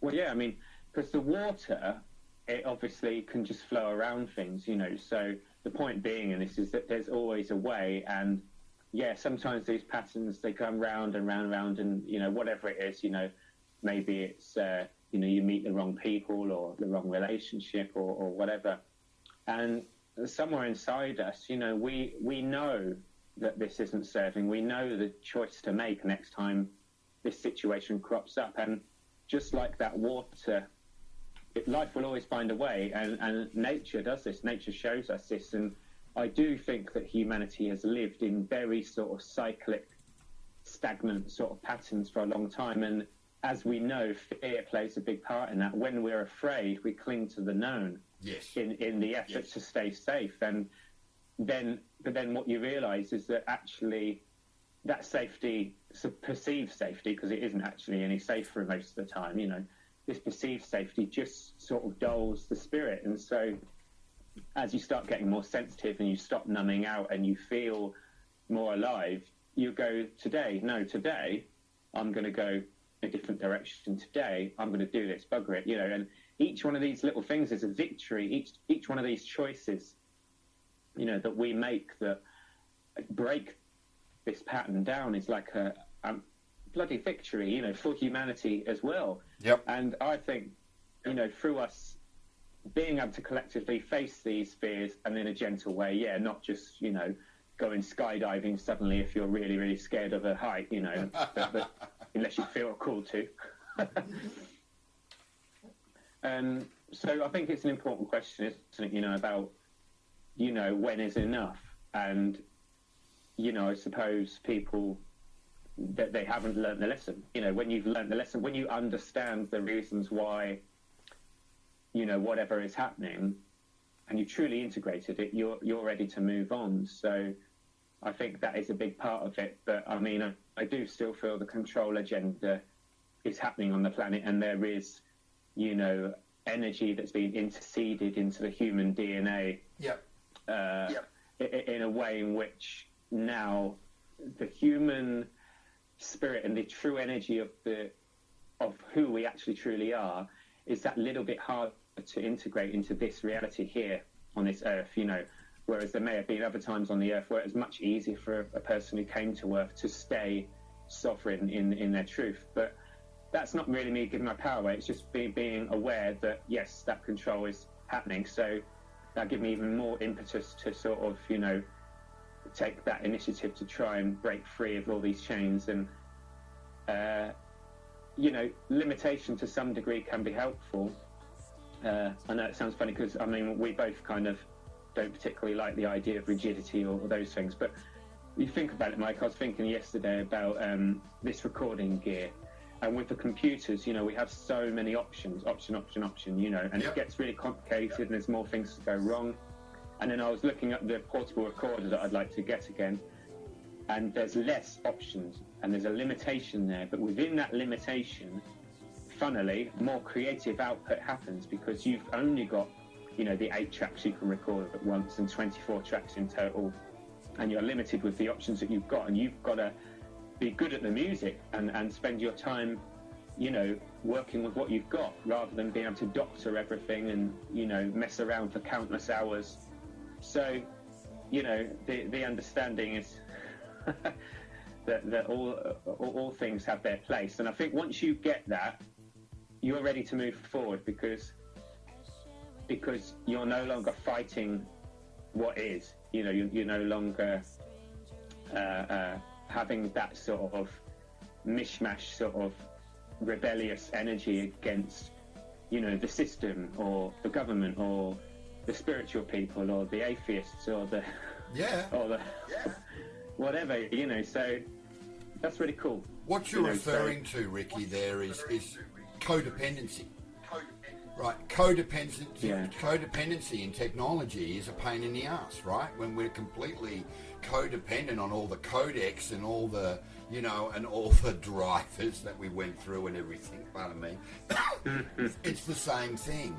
The more that we realize and become mindful of our need to not feel codependent in anything which threatens our interdependence, the more truly aligned and in tune to the higher octave of our true self, the true self and our true self-expression emanating and radiating from within, the more that kind of becomes apparent and obvious. And I keep dragging it back to what I've been saying from day one. It is a more liberating sense of self-expression. It's a more liberating sense of creative output. It's a more liberating sense of creating balance within a chaotic conscious crisis point, which we find ourselves in right now.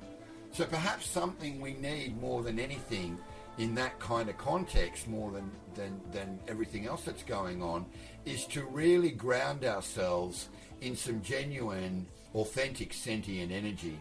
And this next track that I'm about to play from the Seventh Sense, you know, my group, is called Sentient Energy, and it's in the 432 hertz frequency.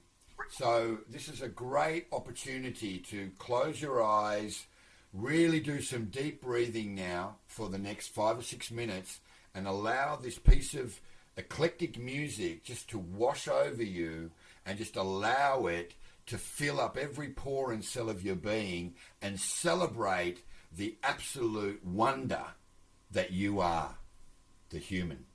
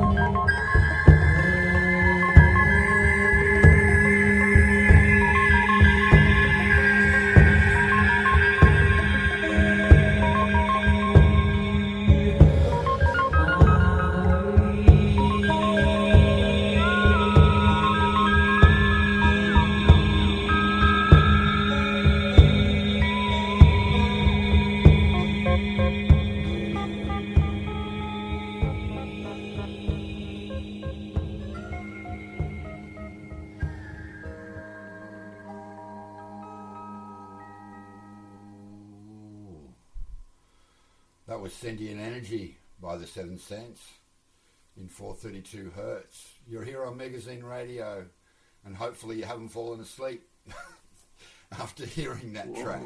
What do you think of that one, bro? You're going to have to bring me back. I went to another dimension. I felt like I was in some cave somewhere in like an ancient sort of tribe. You know, yeah, man. Some really nice sort of big plants around me, and yeah, some tribal people, and then someone's banging that drum. So yeah, it's I'm in a different world now. Well, I'm glad you liked it. Lovely. It's a lot of fun. Change.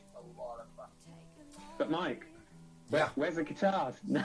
Where's the guitar? No guitars in No, that good. one. That was actually because that featured Sana Parita, who is an incredible channeling alchemist out of Bavaria in Germany. And I sent her a track, and I just said, I don't want any vocal. I don't want any words. I just want you to tone from deep in your heart, right? Deep in your guttural, you know, your lower diaphragm, and then bring it up and then emanate it like, you know, compassion and love just shooting out of every part of your heart space. And that's what she did. And when it came back, I said, oh man, we've just got to call that sentient energy and, you know, be done with it. So perfect. Very powerful song. Very powerful song. Yeah, it's good that it didn't have the guitar in, you know, because it's nice to have that break from that stuff. And of course, you know, in regard to that sort of that tribal ancient time, you know, we didn't have guitars then. That's right, exactly. And that's a taiko drum. That's a tribal taiko drum that we featured in that particular track. You know, so everything was predominantly coming from a harmonic resonance from the earth. You know, because it's all generated from the core of the earth as it wells up. You know, from the core of Mother Gaia up through our feet and our knees and our thighs, and cleansing our sacral chakra and removing all the woundology from our root chakra and opening our solar plexus chakra, and then drawing pranic light and wisdom and energy into the heart chakra, opening the throat chakra, illuminating the ajna chakra, and then, you know, cleansing the pineal gland and the pituitary gland to connect with the crown chakra through the pole star and back to source. That's the sort of resonance that songs like that are drawing from, creating that natural ebb and flow of light entering into the light body and then resonating throughout the entire cosmic channel, you know? That sounds really easy to do. So it's not just that to say that. No, that's cool. Yeah, I totally get you. It's that's what it is. You know, it's merging between the heavenly and the earthly sort of realms, isn't it? But absolutely. And I think that, you know, sometimes when we're in this conscious crisis point that so many of us are finding, that this is a good time to be able to go back and visit, go into and search out your ancestral lineage, you know, and connect to your ancestors, connect to the ancestral and the indigenous energy, because you all stem from some form of, you know, indigenous background, whether you like it or not, whether you represent that in this particular human incarnation that you embody or not. The fact is you still stem from that type of lineage somewhere back through many other of your incarnations, you know.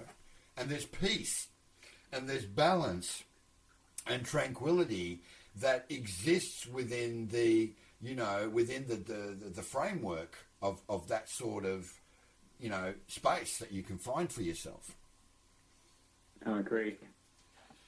So I think we're getting to a point now where, you know, we've kind of covered a lot of things in the landscape of what's happening.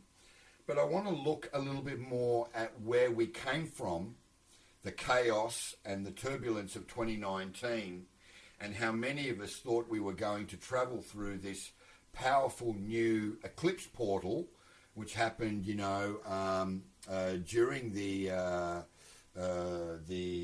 Cancer eclipse and also the Libra eclipse sequences. as well as the summer solstice and the equinox, to arrive in 2020, this year of physical manifestation, and kind of scratching your head now, here we are on the 15th of March, and wondering what the hell, like what's going on. January was pretty out there and chaotic, and February was a perfect echo of that, and pretty much a translucent mirror of the same energy as January. And March is even more wrapped up in a fairly sort of a chaotic expression of the event streams and circumstances that are playing out. So how have you found the first 3 months of 2020? I found it really weird because, the beginning was not a climax like it, usually it's like, yay, going into a new year and all that, And then I got stuck sort of going round and round for a month at my mum's house and, listening to music most of the day and not really doing anything. And then I pulled myself out of that the next month and got out there and got doing things. And yeah, felt mostly stable, but let's say not maybe massively inspired a lot of the time until the last sort of month. Yep. And then everything now seems to be pointing to even further simplification in life, and even further letting go of resistance to life, and allowing that energy in of that we are being divinely guided, like sort of, it's almost like there's an energy there already, and maybe that energy is our spirit, or it's the energy of love or truth or whatever. Yep. And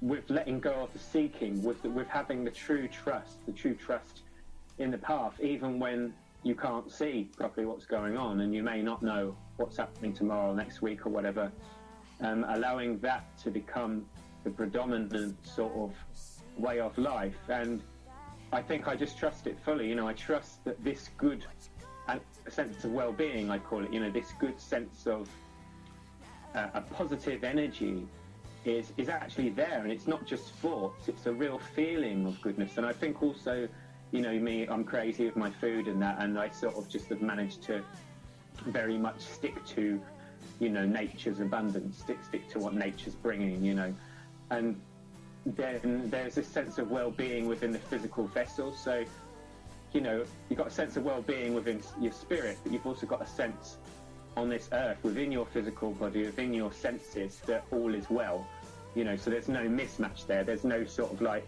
my body's dying because I'm filling it full of loads of rubbish and I'm killing it with smoking loads of cigarettes, yet my soul is free.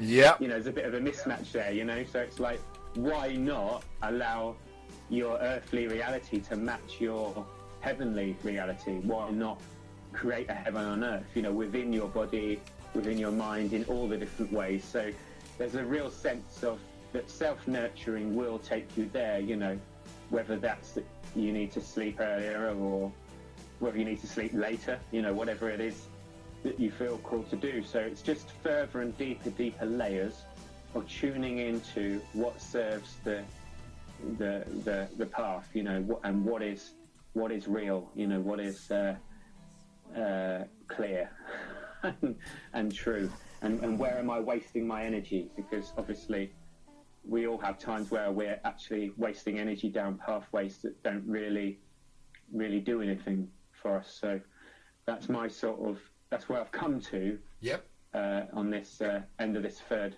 month we're getting closer to. I think it's great because halfway through. You mentioned a very important word and that is recognizing resistance. By recognizing the resistance, we get to a stage where, as I said, let's take it all the way back to 2 hours ago when we started our live stream, and when I did the opening introduction, and what I basically stated, and for those who are only just tuning in now, I'll reiterate it, and I'll try to do it in a manner that kind of explains it a bit as I go.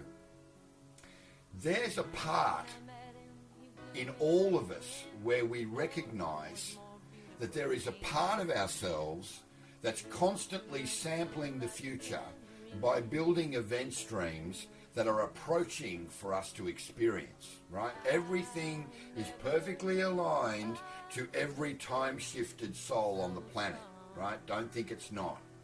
There's no fate, there's no chance, there's no deja vu. That's all fugazi and that's all smoke and mirrors, let me tell you.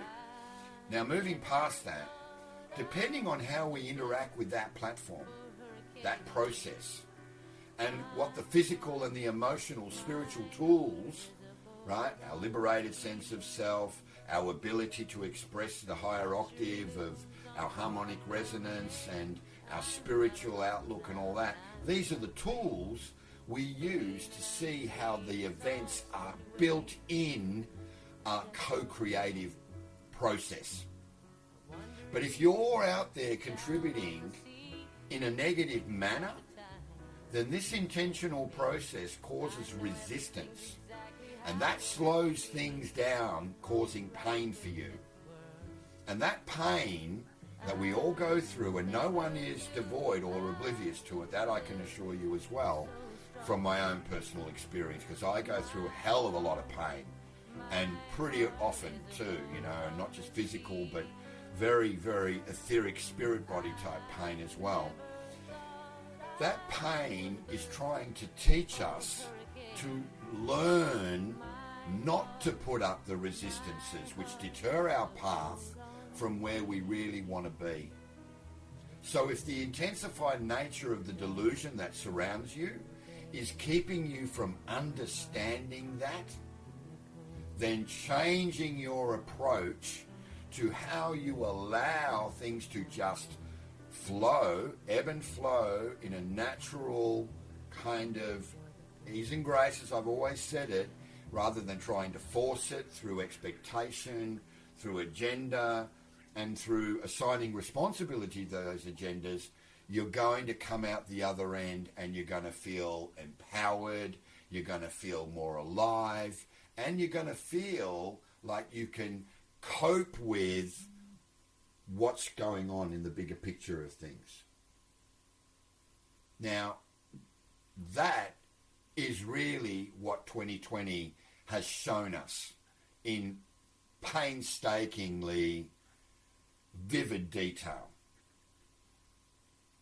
And within that is a greater understanding of what chaos magic is really all about. And someone like Corey is really great at understanding and relating, you know, the expression of chaos magic to the meta world, you know, to the whole metaform that's taking place within the different communicative aspects of this apocalyptic revelatory energy that we're going through.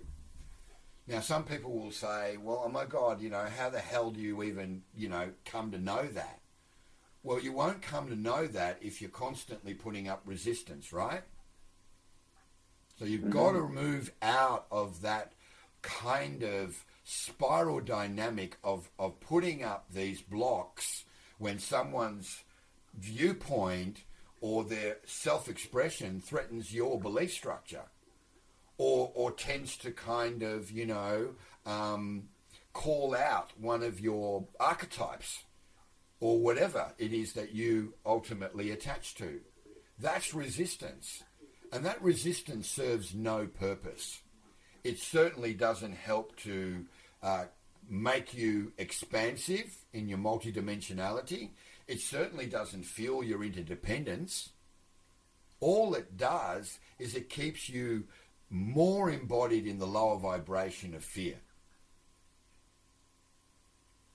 And that fear is really what's happening right across our planet at the moment. It's easier to accept and embrace the fear than it is to try to circumvent it. And that is a very difficult thing for humanity to come to grips with. So before we get a response to that from you, Riki, I feel like what I really want to do now is I want to take people down a very, very weird and wonderful rabbit hole with a group called Sin Dog Jelly Roll from Sydney, Australia. This was one of the most misunderstood groups of the early 90s, that I worked with, but we still managed to get them on a number of Sony compilations, and when they came out, people stopped in their tracks on the different independent airwaves and the AHR and the alternative hit radio and the commercial hit radio stations, who also eventually embraced it. And this is simply called Chaos.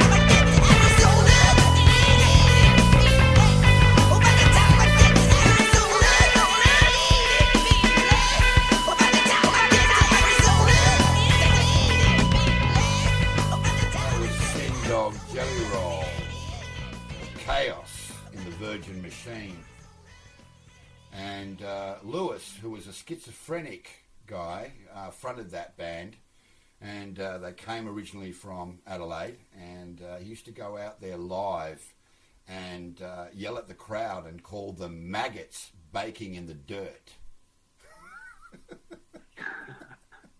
You're all a bunch of... Remember when Jim Morrison used to go out there when he was in his later years and he was pissed off his face, and he'd always go, "You're all a bunch of fucking slaves." Well, this guy used to go out there and said, "You're a bunch of maggots and you're baking in the filth." Well, hey, that was what it was like, man. You know, that freedom of speech was somewhat accepted by the punko crowd. Anyway, what do you think? Did you like it? I agree. I mean, I don't know. Yeah, I mean, I'll tell you what, it reminds me of Russian, that, you know, so I like the sound, you know, the band sort of sound. I couldn't hear what he was saying, but I think that's probably... I know you're not meant to hear what he's saying. No, he doesn't want to share that with you. He's just calling maggots and, you know, I'm a virgin in a machine, you know, and all that. Yeah. It's interesting. There's a band called NU. It's got a sort of a weird character over the U because it's a Spanish band, and they remind me of them as well, they were quite wild, you know, and sort of like, what's the word there? Not frantic, it's not really quite the right word, but, you know, when people are... Frenzy. A bit... Yeah, and they're not quite balanced, you know. You know, they could go off on one a bit, you know. That's the word. And sometimes I love to put on stuff like that because, you know, especially, I'll tell you what's really interesting, where my mum lives, it's really, really calm. It's a little village that's so boring. And, like, when I go there, I literally feel like becoming an anarchist because it's like, come on, let's start a fire in the garden or something and get everyone around and have a party, you know, because this is just stupidly way too normal and way too civilized. It's doing my head in, you know. What a classic. So it reminds me of that. Yeah, absolutely. Yeah. Well, bringing it back to where we were, because, I mean, like I said, it's great to go on these little musical sojourns, but what are your thoughts regarding what I said about resistance? And that's what I think 2020 has shown us, is that we've got to work against the grain, right? We are the self-perpetuators of our destiny. We control the way that our plane of reality plays out. But if we create resistance because of everything that freaks us out or, you know, tries to kind of upset our balance, then what the hell, man? Really, what the fuck? Yeah, well, I think that our choices really, really matter at this stage, and we know that on the collective scale, bigger than just me and you, but as a whole, we all contribute to the planet and the way we want to see it, you know, and I mean, I understand resistance. I understand that a lot of resistance comes from trauma. It comes from people believing that if you resist a certain thing, you'll stay in your safety comfort bubble and fight off something which appears to be a threat, which actually may turn out to be the opposite. Something that appears to be a threat may actually turn to be the thing that motivates, inspires you to change, you know. And so in regard to the virus and all that, you know, what can we bring that's positive out of this? How can we, you know, not resist the fact that whether or not coronavirus is going to get anyone, we're all going to die at some point. So, you know, let's stop resisting the death. Let's stop resisting the inevitable that we can't control. And I literally feel a wave of tears going through me saying that. So my body system is responding to those words. It's saying, yes, you need to understand that you do die, but it's okay and it's going to be beautiful. And that's interesting, because the voice I'm hearing is, we're here to help you while you go through this. I love that. Yeah. So cool, man. That's confirmation. Spirit is saying that, you know, I'm saying I'm here to help people if they, you know, want to talk to me, just as they're probably here to help me in some way. But yeah, that was definite message from Spirit there that are saying, you know, we're here to help you understand this. And that's the thing, you know, the wisdom from the elders, the tribal nature that we had. You know, we would have had those elders around who were firmly planted and rooted into, you know, grounding with the earth and the nature, and probably even had some plant you could eat, you know, to ward off viruses. You know, they had the understanding for it all. So I want to stop you there for a minute and just quickly say this, that you've touched upon something that is worthy of further attention, and that is, there is probably a perfectly natural plant medicine out there right now that could very well, you know, completely dispel all the symptoms, you know, reverse the polarity of the virus, and shift everybody into a you know, generating antibodies and whatever else it is. But do you think that, you know, the science community or the medical community even contemplates that kind of thing? No. And why? Well, Yeah, I mean, I agree. I mean, generally, there is a lot of Amazonian plants in our medication that we have, you know, but the general thoughts in people, the general population is like, oh, plants just do whatever, you know, they're not really that sort of powerful, when actually, you know, I mean, a lot of us are eating plants every day, you know, and they seem to give us a heck of a lot of what we need. But the point that only a small percentage of the Amazonian plants are used within our medication, or use anyway, shows that there's a massive amount out there. And I have had calling to find certain plants, which I don't know what they are yet, you know, but I've had imaginations of them to see kind of what they do, you know. So yeah, I mean, and also combinations of plants, as we know, like with the ayahuasca.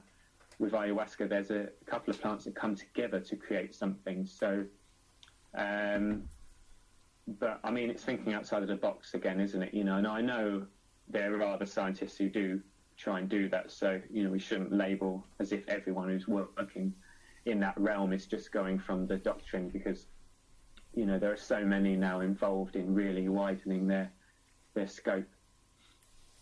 Well, yeah, again, I just wanted to throw it in there purely because I thought, well, it's worthy of looking into why isn't that something that's considered as an option.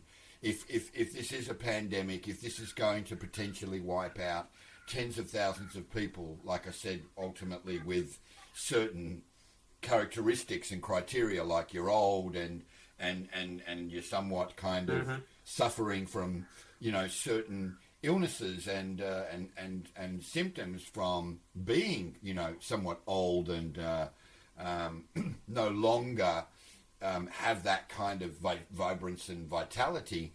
It's hard to talk about it because you don't want to trigger people thinking, oh my God, these dudes, you know, they don't have any respect for our elders. We do. It's just that, you know, natural selection that happens within the natural world, that is nature. It's the same thing in our circumstance. The different cataclysms that have wiped, you know, humanity off the face of the earth before have literally replenished the resources and allowed us to grow and prosper in a way we never thought we could possibly imagine. It's very real. I agree. Yeah, no, I think that we need to be able to take more responsibility for our own well-being. You know, I mean, yes, sometimes we need medication, you know, at worst case for me, I would have it, you know, but point being is that we need to be able to think to ourselves, well, hang on, let's increase the immune system, you know, let's look after ourselves more. This virus is even more reason to look after ourselves than it ever has been, you know, to quit the junk that's causing the body strain, because, you know, not out of fear, but just because you want to be well anyway. And why not just get yourself that little bit more resilient so that if anything does foreign enter your system that's going to give it grief, you can deal with it, you know. And we know from experience that a lot of the natural plants and the natural foods create less strain on the body system than the manufactured stuff. So all of the organs are working more optimally without stress and, you know, pressure on them all. So it makes sense to pretty much anyone that why don't we boost our immune system in whatever way. But I've talked to some people about that and they almost don't see it. It's almost as if the brain in the general population is so trained to believe that, you know, we've just got to listen to what the TV says or what, you know, the government says, that we can't really take the power into our own hands. And you know, that's just silly, really, because we've got to take some responsibility for this. It can't just be that, you know, someone's going to save us or someone's going to give us drugs that sort it out. Exactly. So with that said, with those words said, let's go back to what life was like a million years past. This is the Moths and their track, which takes a kind of an old school look at what once was.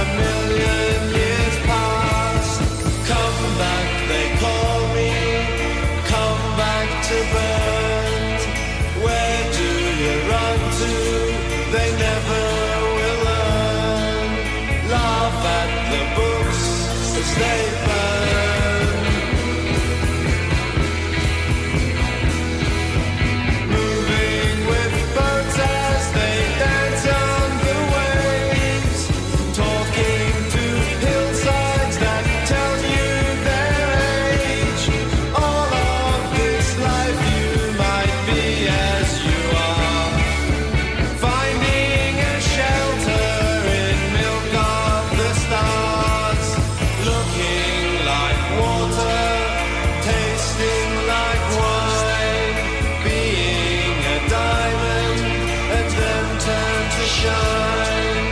Laugh at the bells as they chime.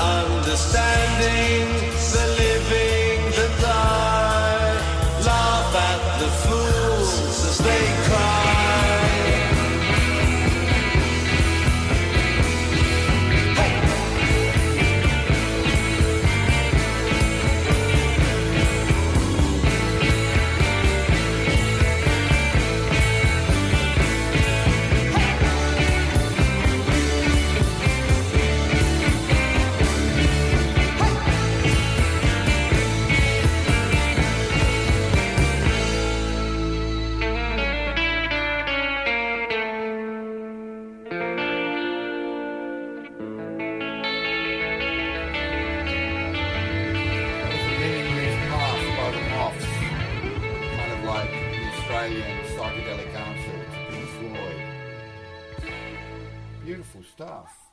Do you like that one, Riki?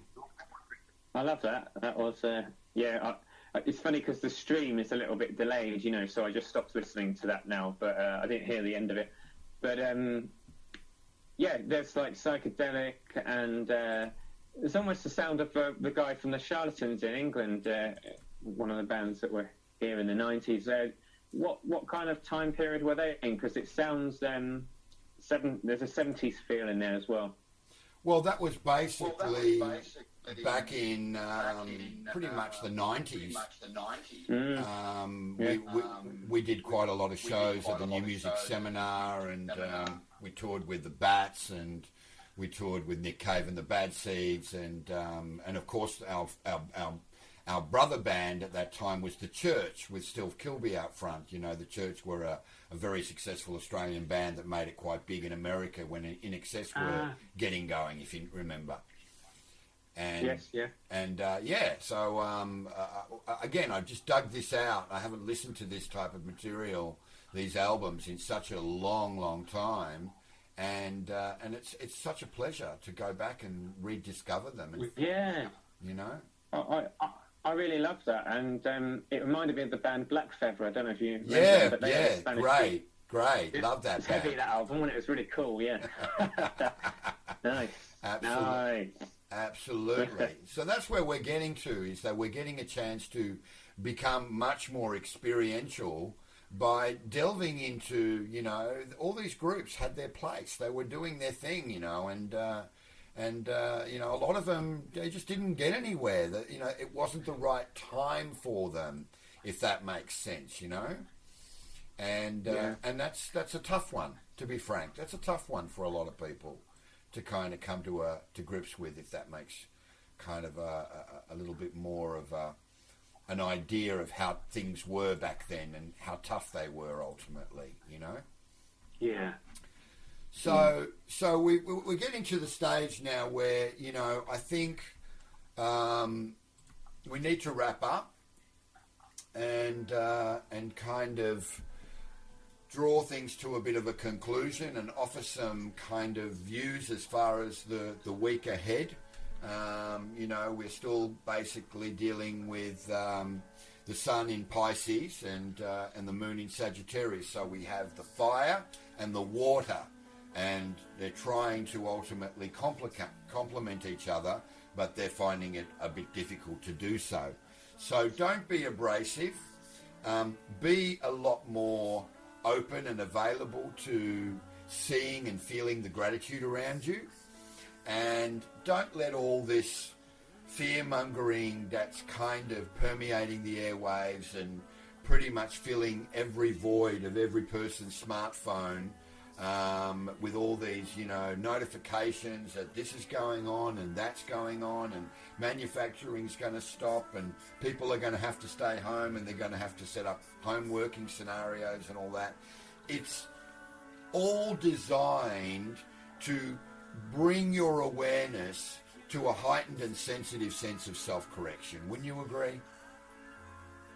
I would, and I think this is the time to stay sort of more balanced, and just because, if anything does break out that's pretty crazy, then we need balanced and centered people, not a frenzy of panic, and I know it's hard not to, when you're around people like it, who are panicking, it's hard not to, but really we're going to be able to deal with these issues a lot more and deal with one thing at a time, or even be more aware of our intuition, if you're that tuned in, you should know, and you'll be like, right, I do actually need to bulk buy in some rice or whatever, and some stuff to live on. So I just feel like this is a time for that quietness, that slowing down and that balance, and being sensible. Let's not be too silly and think that, nothing's ever going to affect me, but let's not be too scared that you're getting caught in a pandemic inside yourself. Absolutely. I couldn't agree with you more. So anything you want to say before we wrap up for the week? And the new 7-day cycle has already begun. And we're wishing everybody, all the best, and to just, stay balanced, stay centered. We thank you for tuning in. Any last thoughts, Ricky? Just it's lovely and peaceful out here, because I've now been sat against this tree for about 2.5 hours, and finally I'm starting to sort of tap into and feel the energy and feel the... So it's taken that long, although I've been distracted doing a podcast, so it's kind of cool.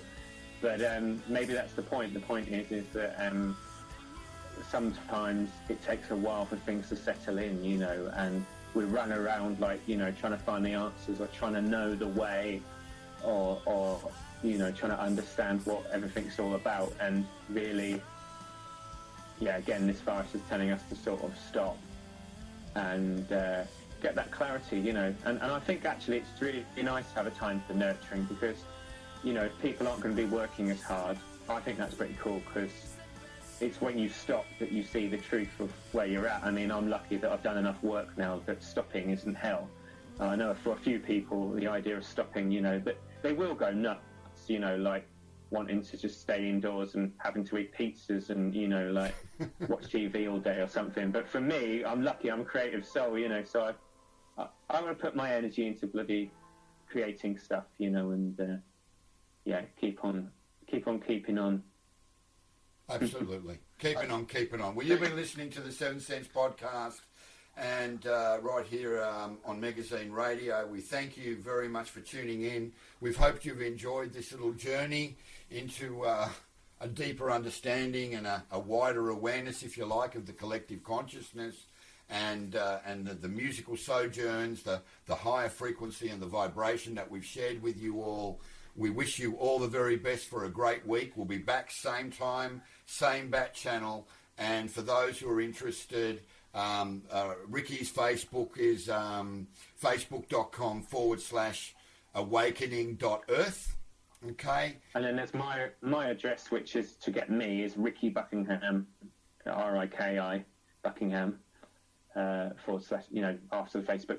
Yeah, so brilliant. Yeah, and mine is basically facebook.com/Mike Dead Famous, one word, and just reach out, send us something in the inbox, and we'll be more than happy to respond. Any requests, any questions, anything you guys want to get into, we're more than happy to draw the intention and the energy around that to facilitate and make it happy. So much love from us to you. We're going to leave you tonight with another local Melbourne band here in Australia called Pretty Dulcie, and a song that I think sums us all up.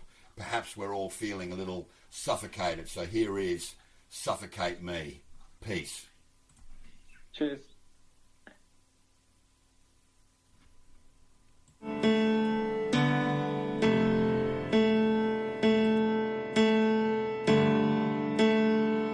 You took my life from me. You lost your pride and still you tried to suffocate me. You tried to suffocate me. And power the extreme. Your art is incomplete. You tried to suffocate me. You tried to suffocate me.